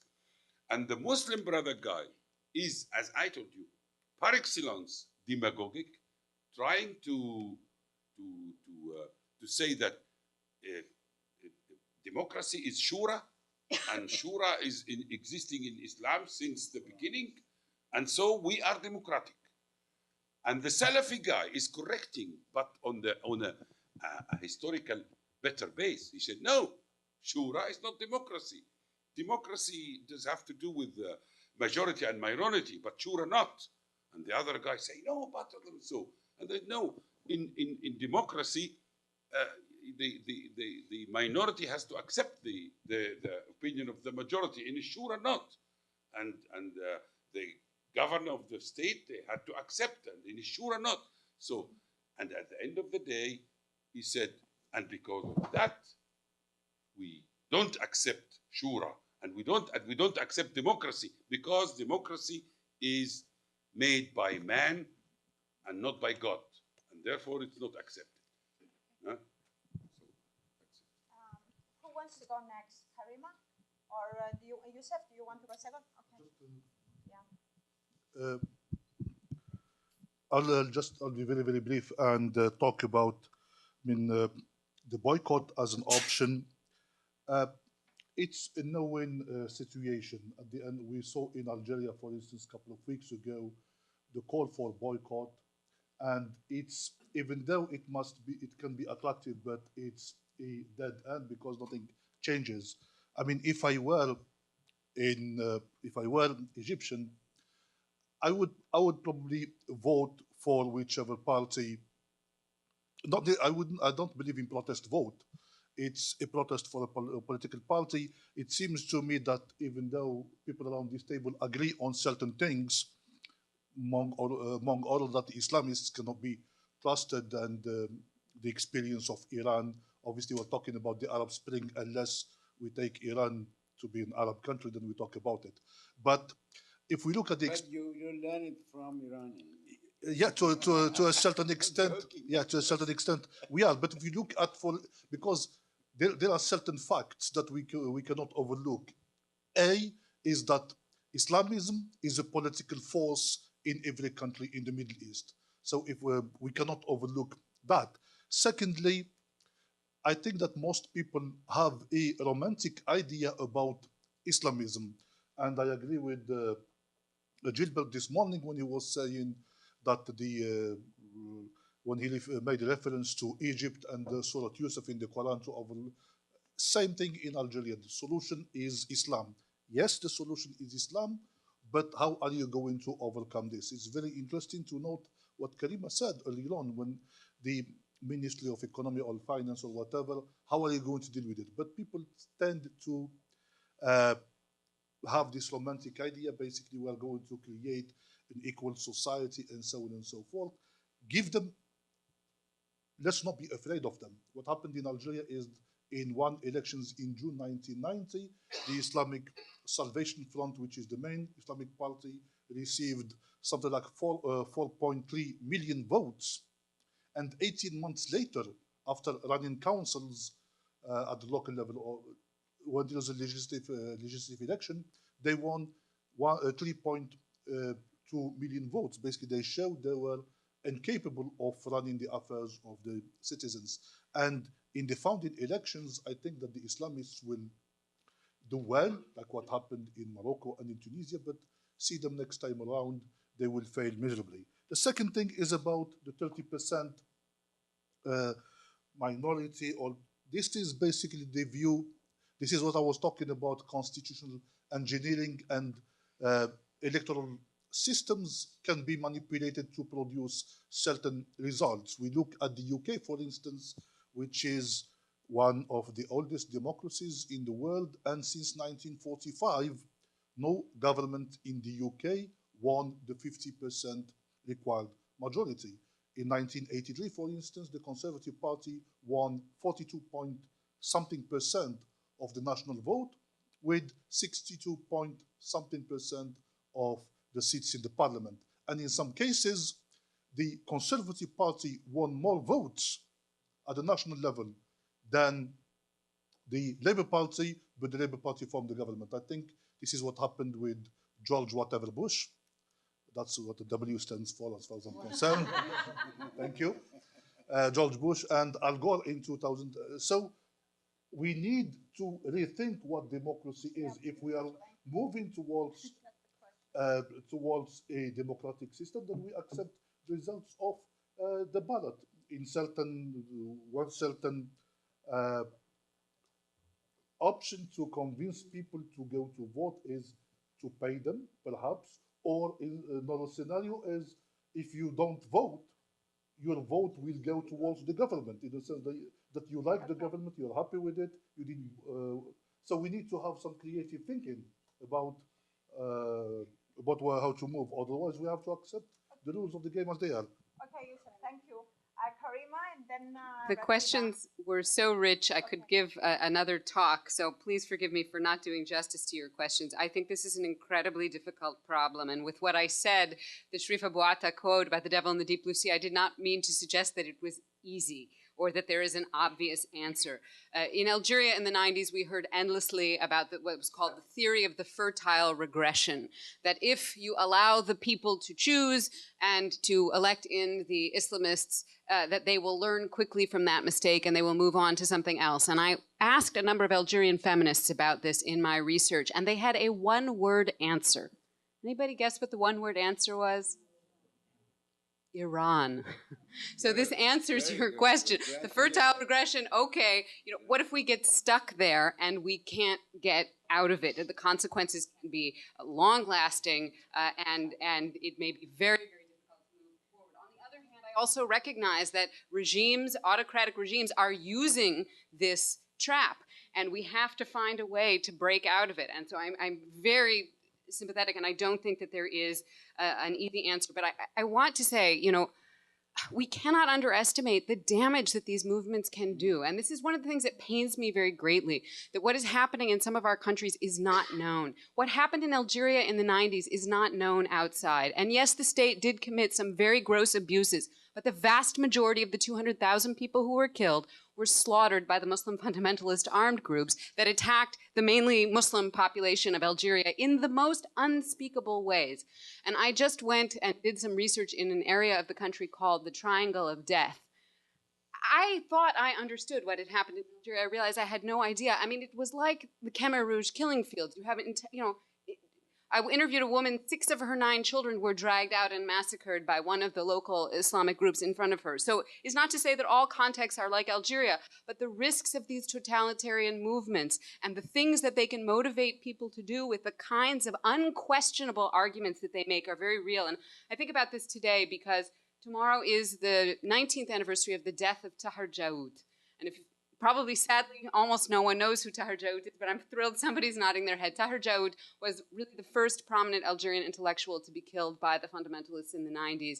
He was a wonderful journalist and novelist. You have to read this beautiful book called The Last Summer of Reason, which is also available in French, and you really kind of get the level of totalitarianism involved. And I really am stuck with his last sentence, which I think is really resonant to our topic. This is the last sentence I think that he wrote. This book was found actually after his murder and published posthumously, and the last sentence is, "Will there be another spring?"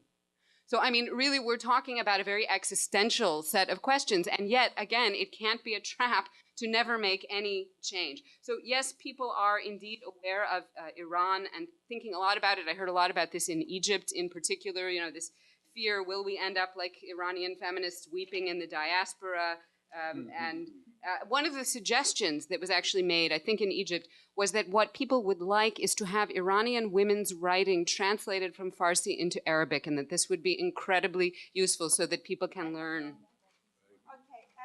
And do you not want me to address any of the other questions? Okay, but address all the questions? Yes, okay. All the questions. It's up to you. Yeah. Okay. So, About human rights ministries, and here, you know, I can't help myself. I'm a human rights lawyer. So, you know, I'm also living in a certain degree of illusion. You can't go into this profession We want you as our lawyer. without it. Thank you. Well, you know, I don't often win with the things that I take on. I do think that you're right that one has to be extremely careful of official human rights machinery. But I also do think that there are some national human rights institutions, including the National Human Rights Commission in Pakistan, for example, that do make some very significant contributions and have sometimes stood up and criticized, perhaps not exactly in the way that we would like all the time, but in ways that can be useful. So anyway, just a brief point about that. You're absolutely right, and you phrased it much more clearly than I did about, you know, so focusing on not allowing these, quote, moderate Islamists to become the credible promoters of democracy. And it's amazing how popular that discourse is becoming in liberal opinion in the US. I don't know how many of you read the Human Rights Watch World Report for 2011. It's an organization that I respect, has done some very important work. But it's shocking. The World Report basically says that the world should embrace the Islamists because they are the popular choice in the region. I mean, would they say that when fascists start winning elections in Europe? And it's really that in the US right now as we speak. It's not really very far away. Really, you know, a very worrying discourse. So you look at the article the New York Times ran 2 days after the Tunisian consultative elections. Very hard to get published in the New York Times. This was an American graduate student at Oxford University, wrote this opinion piece castigating the Tunisian feminist movement as basically being completely inauthentic and out of touch with their own population, and that it's the women of Ennahda who understand the people, and showing a complete lack of understanding of the small r, I always have to say this in America, the small r Republican traditions in the region and the anti-colonial and anti-imperialist traditions of the independent feminist movement. And that's the discourse that's becoming really popular, so-called moderate Islamism that we absolutely, I think, have to challenge. And I don't want to address all the questions because I don't want to hog the time, but I guess the thing about, the question about, you know, is the Iranian government right? Oh God, I hope not. I mean, I think that's the best answer that I can give you. And I think the critical thing to remember, the history that has to be written, is that it's not the fundamentalists who made these revolutions in the first phase at all. They were in the rear. In Tunisia, Ennahda was very skeptical about this sort of movement. And I'm not going to speak to Egypt because we have an expert here about that, but my understanding as well, the Muslim Brotherhood, very skeptical in the very beginning, although then they seem to have engaged. The slogans were not Islamic slogans at all. They were actually derived from human rights in the beginning. So I mean, my point just being as a rebuttal to the idea that this is simply an Islamic movement, I think that history is important to remember. But in terms of where we're going now, I guess I would say, you know, really the answer to your question is yet to be determined. And if we want to be clear that the answer is no, that they're wrong, we have to find a way to support these movements and create these alternatives that you're talking about. Okay. Latiba? I just want to answer your question about the Iranians. And I have been working on the three countries for a long time now. And actually, I would say that, and these are not feminist, I would say, democratic, these are lay people. So in the 90s, specifically in Algeria, they were totally against Iran because of the civil war. For them, these were the Afghans. They were called, actually, the Islamists were called the Afghan, and I come from the triangle of, I live in this, my family lived in this, the triangle, the death triangle. So they were against Iran and against the ideas of the Islamist, the Iranian ideas.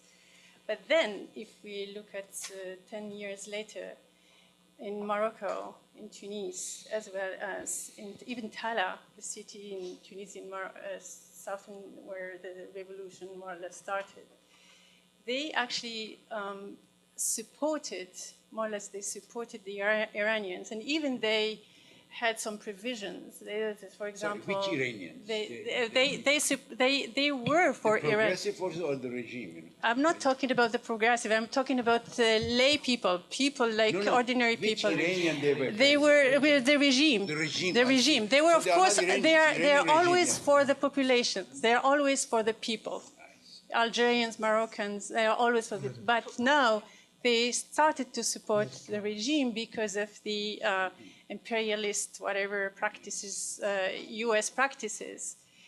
So this is one thing. Yeah, I know, but it's not me. I'm just referring to what your question. That means that now Iran is seen as the one that is attacked by the U.S. and therefore it's by the imperialist power, and therefore it should be defended and defended and the U.S. criticized for that, and it has support right now. For the they supported even North Korea. yes, it's not a joke. Yes, in a way they are still everywhere they love Ahmadinejad. Ahmadinejad is the most popular guy in Palestine. Can I say something, please?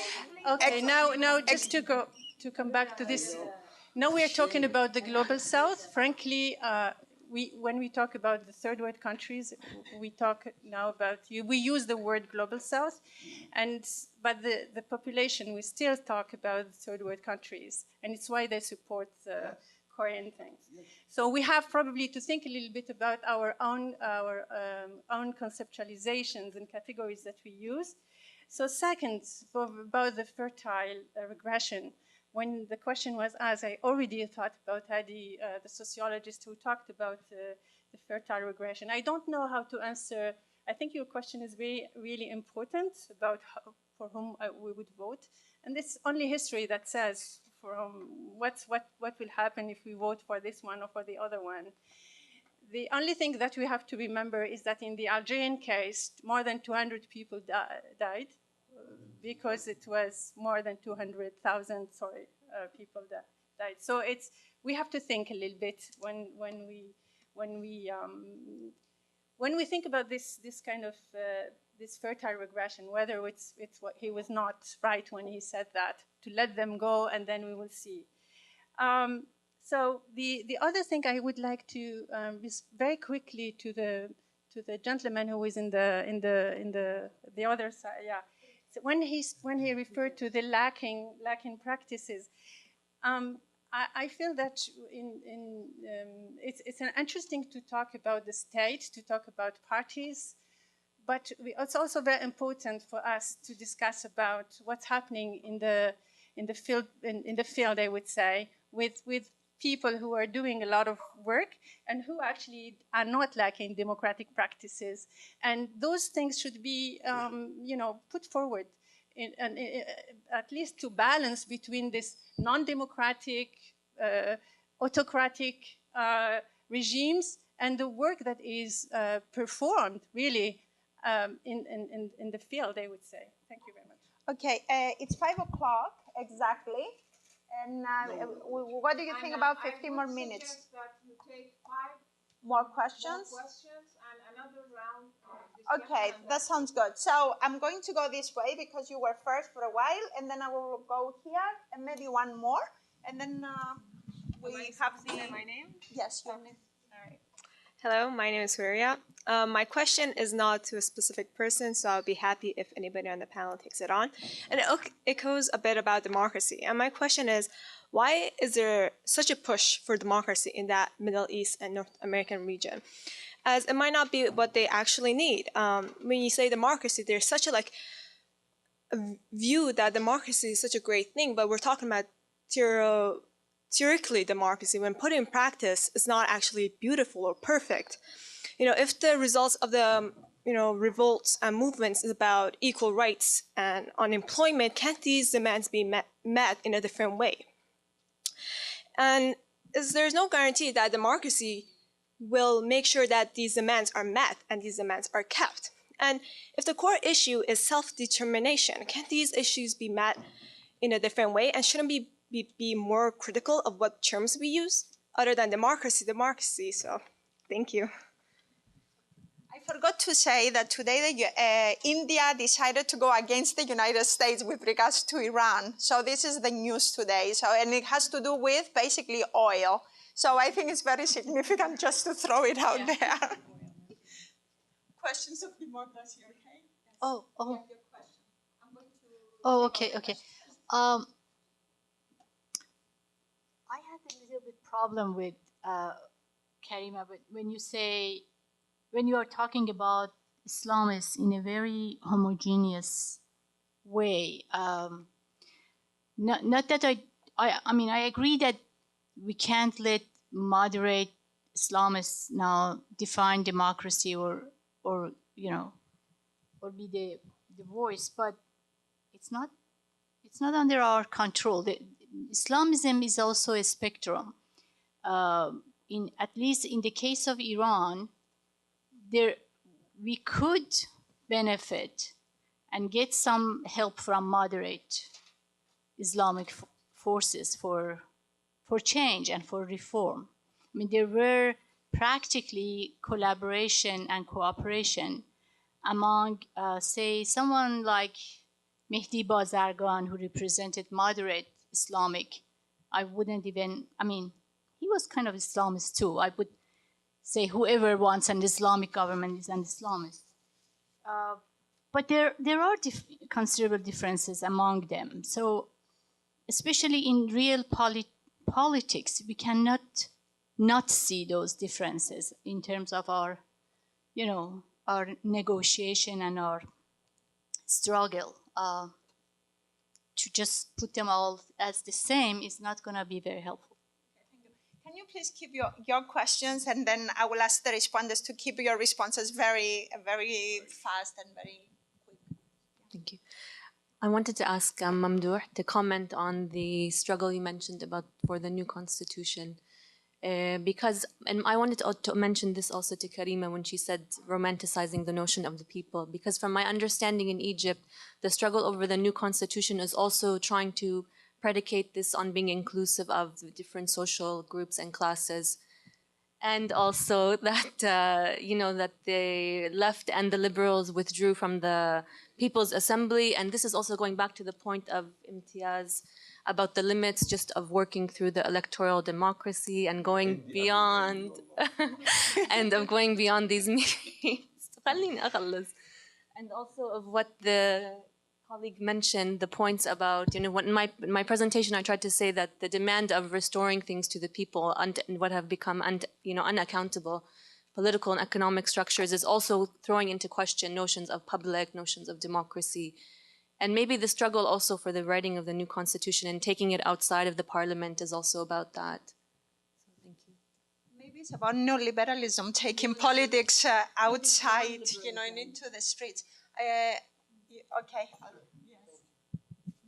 My question was originally to Karima, but I guess because she's been bombarded, I guess anybody can answer it if they like. My question has been somewhat answered indirectly, but it is, do you think democracy is mutually exclusive from Islamic fundamentalism, even at moderate levels? And if so, why? I think I have a few more than 5 questions, so I'll go here and then to Said and then to Karima, I have an observation that I wanted you to comment on it. And that is, I think that it is also a response to some of the, probably will get us to think more deeply about not only the notion of democracy that we are talking about here, but also this illusion and this myth that, for example, Naira has created around a different range of Islamists and that they are not homogenized. And that is my observation of the occupation of Iraq and Afghanistan is that the notion that I have used is re-traditionalization and re-primordialization of the condition for women. That is, as a result of coming into power of Islamist forces, the situation of women is even worse than living, you know, when they were a part of the social structure of the society. the form of violence that we are observing and the atrocities committed against women, from stoning to honor killing to all sort of a range of violences, did not exist before when they came into power. So that's one component that I wanted to ask you to comment on it. The other thing is related to the overall discussion that we had here, and I sense that the problematic of democracy that we are discussing here is very much limited within the range of enlightenment notion of democracy. As if in the last 3 centuries, development of the ideas and especially the different political discussion and contribution to the debate has not taken place at all. And we are limiting the notion of democracy to electoral processes, bourgeois model of electoral processes. And this is exactly, if you read this army manual, this is exactly what the US is proposing for every place that there has been a change, that this is the model of democracy. Democracy means electoral processes. And therefore, I think that the debate that we have right now, who are you going to vote for, it's really put us within this limited range of debate. And we are not even envisioning not moving out of that range of debate and thinking something else that it is possible for the people in the region. So this is what I think that I'm hoping that we will be able to discuss. Well, a few points that were raised by different people. I mean, I agree that there is a continuum in every trend. I mean, no doubt, even within Islamists. I mean, I agree that Bazargan is an Islamist, so there is a difference. But the question is that, relating to the question that you raised, there is no between Islam and democracy. There is no. These are not mutually exclusive. But between Islamic State and democracy, there is. You cannot have a Islamic State and then call it democracy, because you will have second-class citizen, and then also discussion of which brand of Islam. But the major issue is that the question of choice that we discussed, the damages that were done to Iran in the past 33 years, even if we had the worst dictator, worst militaries, you could not match it. Regression of society, I mean, this called fertile regression, what is called, I call it regressive progression, that you really go backward on everything. Now Iranians have produced millions of people with superstition, this is apart from damages in economy, society, culture, feminism, and everything else, So the damages are so serious that actually that's why I say that we should be careful. I do not deny that, or I did not say that let us go and encourage militaries to stay in power. I say that there are moments in politics that serious politicians have to decide, This is the moment in Egypt, I'm not, of course you should work toward the third option. And necessarily your third option is not Sabahi, because I'm not that crazy about it. Because look at economic policy of Sabahi, I like it. It's social democratic, but at the same time, very pro-market and the thing. Yes, yeah. So, but still we should look for options. I think that is why we should put aside all this romanticism that, first of all, boycott it. I mean, boycotting it, like Iran, you lose. If you boycott, Muslim Brotherhood will win. No doubt about it. And then, of course, we come to the question that Shahrzad raises. Yeah, she says that, why are you talking within the bourgeois alternatives? While my ideal for future is beyond that, but at the same time, I think this is futile to say that, look at socialist alternative. Socialism with whom? These are the big questions. That's why I say that we should be practical, and that is why I'm worried about Egyptians that would make, and I wrote about it, and I said about it, that I'm afraid that Egyptians will make the same mistake and then it will take more than 30, 40 years to recover damage, not 2, 3 years, you know. We are much smarter than no, you are. I know, and particularly we should take into consideration that it's impossible that Egypt goes back to the time of Nasser or Sadat or Mubarak, and by no means you cannot compare yourself to Iranians. You're way behind, you know. Still, you have to learn from it. There is a Middle Eastern masculinity for you. I just have a quick comment. First of all, on the points that I agree with Said, I would agree that there is a certain critical moment where decisions have to be made, and sometimes alliances have to be made with groups that are not very attractive. In Iraq, for example, in the last election, I voted for Alawi because of my fear of the Islamist, even though he was a Ba'athist, and even though he's declared even openly that he's worked with intelligence groups from the United States and Britain. I don't know about you, Zuhair, who you voted for, but I would agree with this reasoning that there are very specific critical moments where one has to make this decision. I also agree that the Iranian Revolution is extremely important to understand and to draw lessons from. Where I disagree is that I don't think what I hear from Iranians. I mean, when you say you hear from Arabs that we're always saying our Islamists are different, etc. What I hear from Iranians is that the Iranian Revolution is the only model for the region, and this is where I would disagree with you. That the Iranian Revolution did have its peculiarities that are different in very, very important ways from events that have taken place in the Arab world. I mean, I can mention many things, but I'll mention only a few. The revolution in Egypt or in Tunisia was never as complete as that of Iran. The army was not dismantled completely, nor the state. In Iran, you don't have a Muslim Brotherhood movement similar to that of Egypt. The Muslim Brotherhood movement is a truly modern fascist party.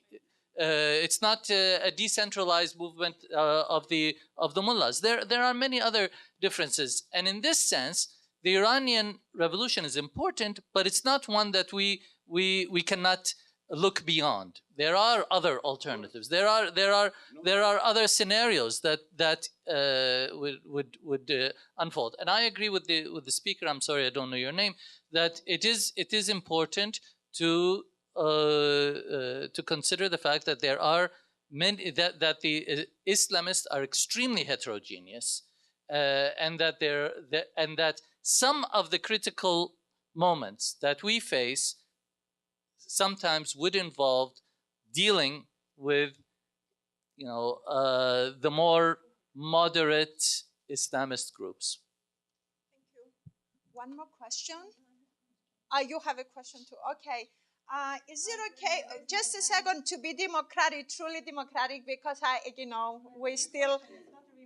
Okay, but I want to ask about time. Will people be okay to really go a little bit longer? 5:30 and that's it, okay. What time is it? Yeah. It's 5:15. I just want to thank Karima for speaking so eloquently and so passionately about an issue that is what really would be the impact or have been the impacts of Islamism for women. Unfortunately, in many discussions about Islamism, democracy, bourgeoisie, neocons, whatever, women's concerns and women's interests have become and continue to become side issues. I see that even in this room, and it is really, when we talk about experiences of Iran, Thabit, definitely, at least for me, we are not talking about a model of how to do. No, that's not what I meant.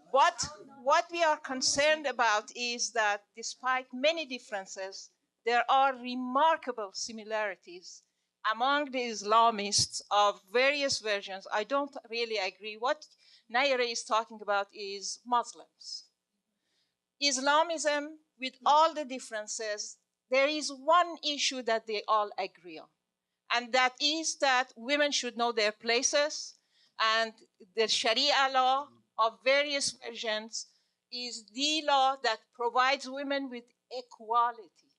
They actually don't say that women should not, but they believe on that. You are a lawyer, you know better, that people who are equal should be treated equally.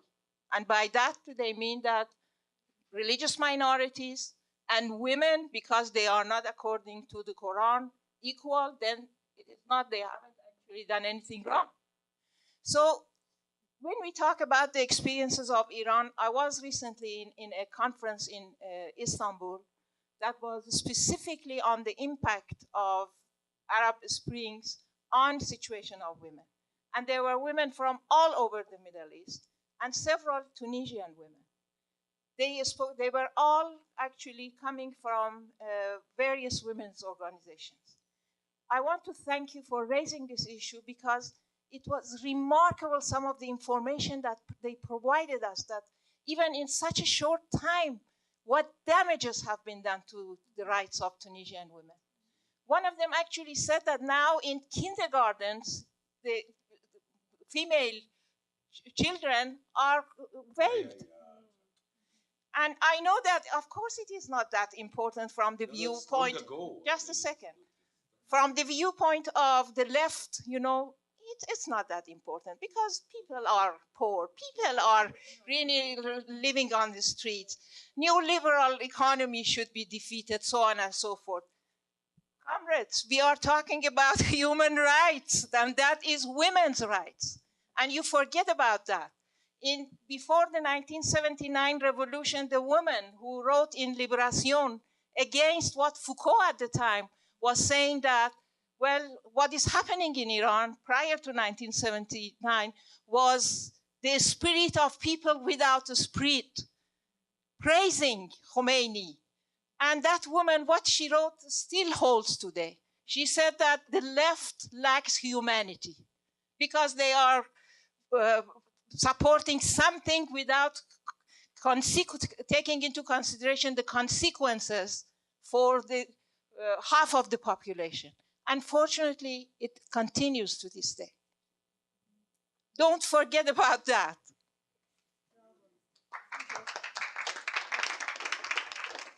It's a very quick question, and it's a question to Youcef because he's the specialist of. Okay, so Youcef, can you say something about what's happening in northern Mali and ACME and the consequences on the quest for democracy in this region? Thank you. Okay, one more question, and then I will ask the. Okay, one. Okay, I'll let you ask your question too. So this is a little bit to follow up that what Haida was saying, and again is back to what Karima said. I'm wondering if this discussion we have now, who do you support and country to country, is that we are not looking more internationally or globally, what you mentioned in terms of the development of international law, the whole debate now about societal constitutionalism, that what we are seeing as Islamic fundamentalism, the other side of the world, is not really that far. We have debate about Sharia court here. We had the example of honor killing here and then Sweden, etc. So I'm thinking maybe the misgivings we have about human rights, and of course it has been used in many ways for many different reasons, that we are not seeing the societal function of human rights as actually safeguards against these excesses, be that of religion, be that of economy, be that of financial markets, that if you're talking about, for example, the right of people to decide about their sexuality, their private beliefs, these are actually safeguards against excesses of religion. If we are talking about the right of people to food and to clean water, these are really safeguards against excesses of economic and financial markets. So I'm thinking if we come beyond this or that country and see what is really this constitutional movement we are looking at. What are real alternative, historical alternatives available, so that the left, whether okay, do you boycott or boycott, or do you participate? No, how do you formulate this historical moment as what are the options before us? That okay, if we are talking about separation of religion and the state, then perhaps we look at different ranges of Islamists with a different eye. Thank you. Thank you so much. You next, and then one more. Yeah. Fortunately, the discussion has many sides, and we can pinpoint on different issues. I guess Said's question was very legitimate, and I didn't get any specific answer for that. We can't just say we don't vote for this candidate, Shafiq or Morsi, and we are going to create a third alternative without saying whether there is a possibility or there's a chance to do that. That's true that the election is not the only aspects of freedom. We need to have, people need to have total freedom, freedom of press, demonstrations, political parties. What we can consider is that election is small aspects of freedom, liberation that people are looking in the Middle East. What Said suggested, that we have to be practical. I think we have to move on to put all ideology behind and be more pragmatic and consider what is possible, what's not possible. Getting back to Heidi's point, you're right, absolutely right when we talk about human rights is women's right. And it was missing in this discussion. And many people talked about the various aspects of the election and the situation and the uprising in the Middle East without referring to a specific subject on women's issue, which could be the target of all fundamentalists in the very beginning. I would say people of the world united against religious fundamentalism. Religious fundamentalism of all kinds.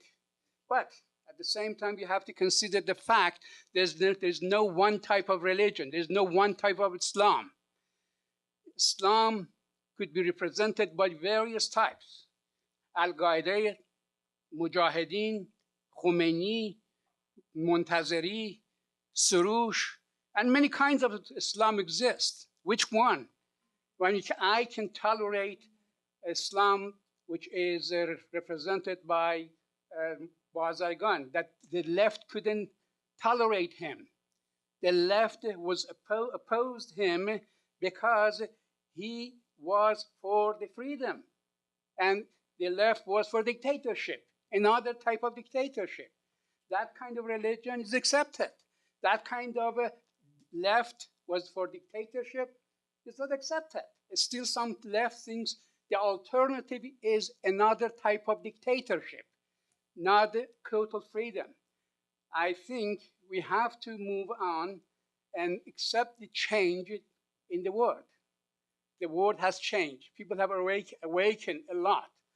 And we have to leave the decision to people, not to make the decision for the people, not to tell them that we are going to bring you the total happiness. It's impossible, right? Don't promise this, right? Whatever we... The entire process of a very important revolution which was defeated the moment that the imposition of the rights of a women on we were responsible. Freedom. The left was responsible. The left, right? okay, let me finish this. The left was responsible because we follow the Marxist-Leninism that they split the world into two parts, either imperialism or the Soviet Union or socialism. That was wrong. Socialism ended in China, in Cuba, in all Eastern societies in capitalism. Still, we continue to give a slogan against capitalism. No, you can do socialism, okay? You are doing it already. Okay, very short though, because I want the presenters to respond. Okay, briefly. One, abstention is a democratic right. It's not contrary to democracy. One thing is to oppose two candidates because you don't agree with any of them. Another thing is to reject the legitimacy of the election. Now, this being said, there is even ground to reject the legitimacy of the election in Egypt because the first round was rigged. And there are many indications that without rigging, probably Shafiq would not have been in the second round, aside from the fact that he was candidate against the law voted by the parliament preventing members of the former regime to be a candidate. So it's completely rigged anyway. But the key point is this is not parliamentary election where you have a range of parties. And this is not even the first round where we have a range of candidates. It's a second round where you have two guys, both of them are catastrophes, and therefore you can call for abstention. We don't choose any one of them because any one of them is bad. The two options are disastrous. And about Iran, the very logic of that would have been, the logic of saying we should vote Shafiq would have been in Iran during the revolution, you would have said, I support the Shah because Khomeini is an evil. This would have been a disastrous position. Completely disastrous position. No, let me continue. The correct attitude, and I am speaking as one who from day one about Iran was against every illusion that was spread by the Iranian left about Khomeini. You know that, you know that, yes? And the correct position would have been, you are part of the revolution, of course, but you, at the same time, you wage ideological and political fight against the Khomeini leadership and explain that this is also a very reactionary thing. Because the key point here, you have to ask yourself, why do you have such currents? Why you have these catastrophes in the Arab world and in Iran and the rest? Because of the nature of the regimes that produce these outcomes. And any defense of these regimes is actually aggravating this kind of outcome. You have to be clear. You don't fight these guys by supporting what the overwhelming majority of the people have rejected. Give me 1 second, please. Okay? And I would say, you said Iran was okay. The choice of what happened was, what happened was terrible. I can tell you also, the military coup in Algeria, which stopped the electoral process, led to a disaster. A disaster of which the cost for Algeria is higher than whatever cost you had for Iran. It's a terrible thing. And I'm sorry, Karima, not only the fundamentalists have perpetrated massacres in Algeria, the military too. And many of the massacres attributed to fundamentalists have been documented as being done by military. So we have to be aware of that. Thank you. So now I'm going to start with Radiba first, and then you are done. Okay, and then Karima, and then I'll come to you last. Okay. Would you know, we have to change the terms, women's rights. So thank you for the question about democracy. I do think we often have a problem because we're using it as a trope for who knows what. Is it a contest? Is it a set of processes? Is it values? Is it participation? We've got to figure these things out. On the ground, I heard from a lot of women's rights activists that what has to happen is bringing together the discourse of democratization and the discourse of women's rights, which means both of those sort of camps expanding what their agenda has been traditionally. As to whether I was homogenizing the Islamists, I absolutely agree. I was strategically essentializing in a very short time frame. There are some important diversities, for example, who uses and advocates violence and who does not. But I believe there are also extremely important commonalities that have to do with believing in a theocratic form of government that tends to be a form that is unquestionable, and it is generally a dangerous paradigm. But you're absolutely right. It is a spectrum. but I think we shouldn't delude ourselves about what that means. And in fact, if you listen to the voices of many social scientists in the region, they're actually saying that the, quote, moderate Islamists are in some ways politically more dangerous. So Samir Amin, for example, the Egyptian economist, talking about how the Salafis are simply saying openly what the Muslim Brotherhood in fact still believes but knows it can no longer say. Rashid Grim, Algerian political scientist, talking about the Muslim Brothers in fact being more dangerous than the Salafists because the latter operate with their faces uncovered. So I think it's a complex issue. Anyway, I can't say more because I'm running out of time yet again. Again, I think it's great to have this discussion about, which two horrible alternatives should people choose, or should they reject them both? And at the end of the day, what we have to come back to is, when are we going to construct an alternative? I mean, a vacuum does nothing for anyone. And, I voted for Ralph Nader, and I feel like I inflicted George Bush on the world. I mean, it was a terrible choice, but you're right that we have to have options in the future, which is why I made that choice, but I'm not sure it wasn't a mistake. As to Algeria, I want to be very clear, and I thought I tried to be. The state clearly committed atrocities, including disappearances. You can talk to the groups of the disappeared in Algeria, probably about 8,000, but nobody knows exactly. The state committed gross use of torture and arbitrary detention, absolutely, and they mistreated victims of terrorism. But I am sorry, the vast majority of the 200,000 people who died in the Dark Decade were killed by the fundamentalist armed groups. There are, some, absolutely, I'm sure, penetration of some of these groups by the security services. I am not at all naive, but there has been an attempt to shift the blame away from those fundamentalist armed groups to the state for the vast bulk of the atrocities, and that is criminal, because that is actually immunizing people who committed gross atrocities. Go to Blida, go to Medea, and talk to the victims. They will tell you who they believe killed their family members. This does not exonerate the state. It is not a contest, but the reality is that in some instances, the army committed terrible abuses. In some instances, the army, through great loss of life, actually protected the population. And if you go to the Triangle of Death, people will tell you that. Now, I have struggled for years with whether or not it was the right thing to do to cancel those elections. And what I really believe is that the electoral process never should have happened in the way that it did. The problem was the way that it was constructed. After having a single-party state for years and years, you suddenly open up, and the only people who've been able to organize, surprise, surprise, are the people who were organizing in the mosques with a religious discourse that they didn't have to explain to anybody.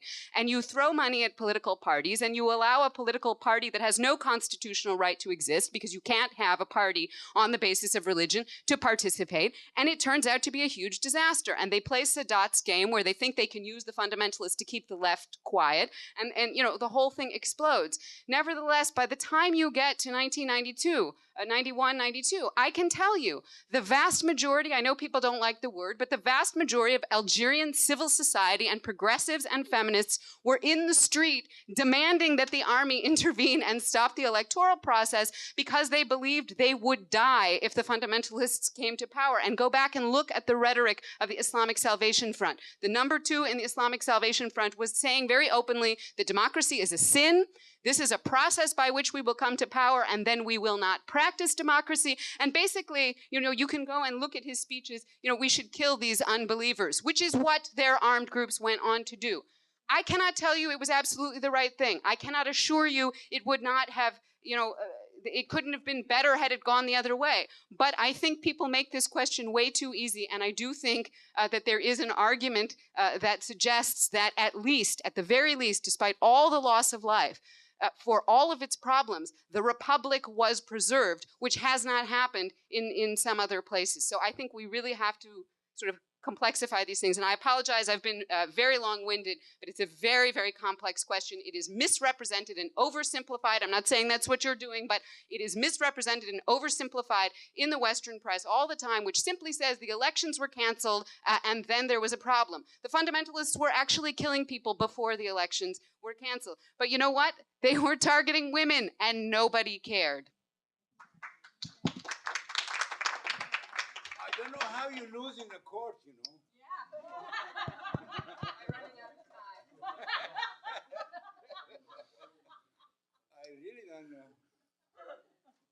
Said, I think you raised the question in a form that gave me the feeling the result of this election are now hanging on my lips.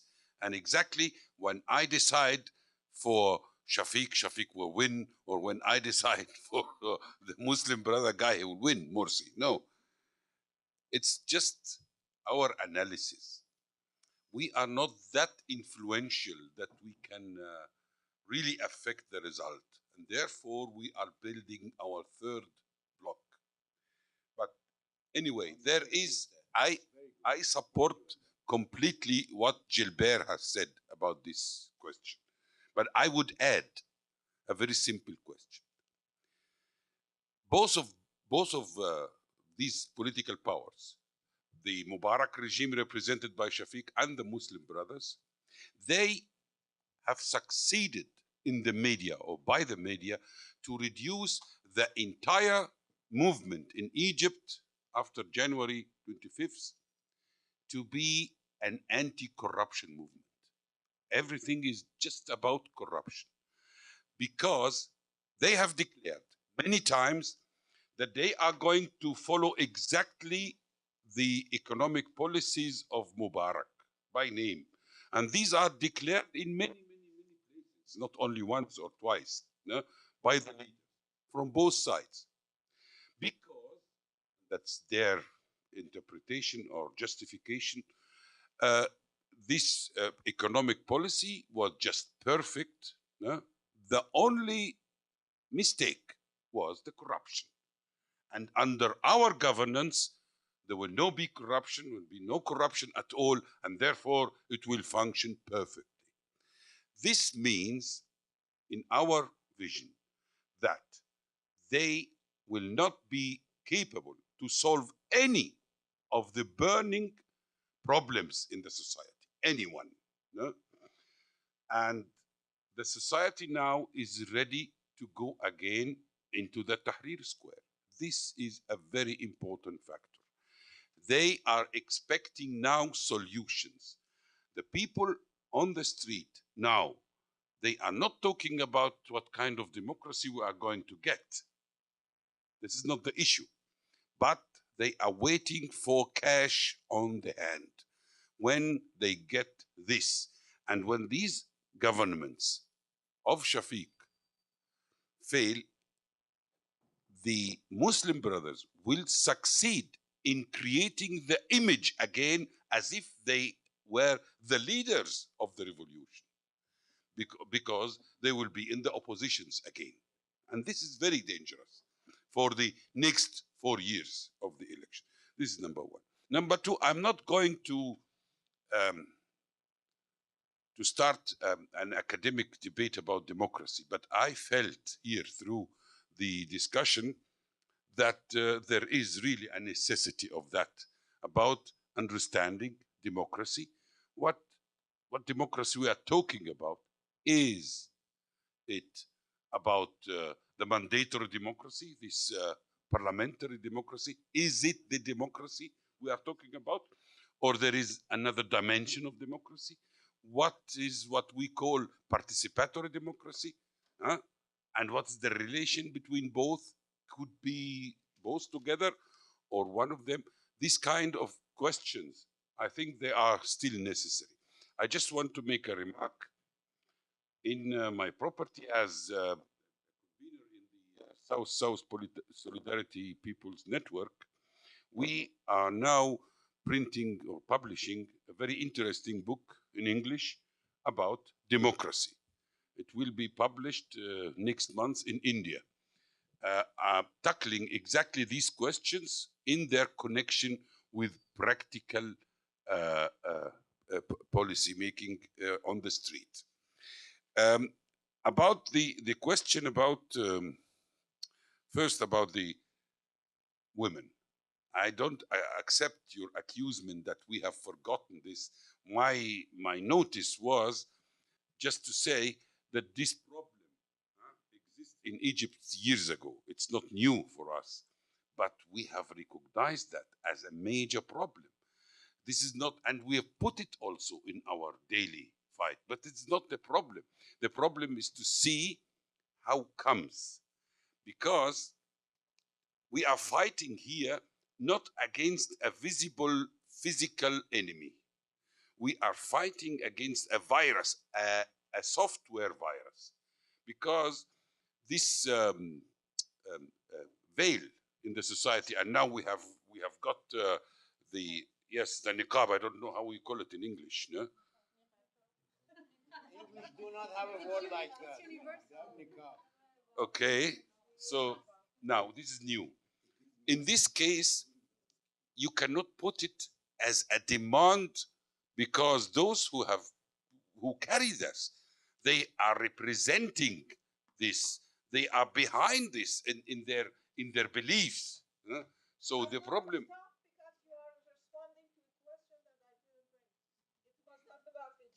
Okay, stop. I will just react now very shortly. Okay, there was a question about the constitution. Anyway, we can postpone it to tomorrow. Should I give Youcef 1 second? Youcef, do you have any? No. Okay. What? Later? I would like to please join me to thank the presenters for such a great presentation and for raising crucial questions for tomorrow. Thank you. Okay.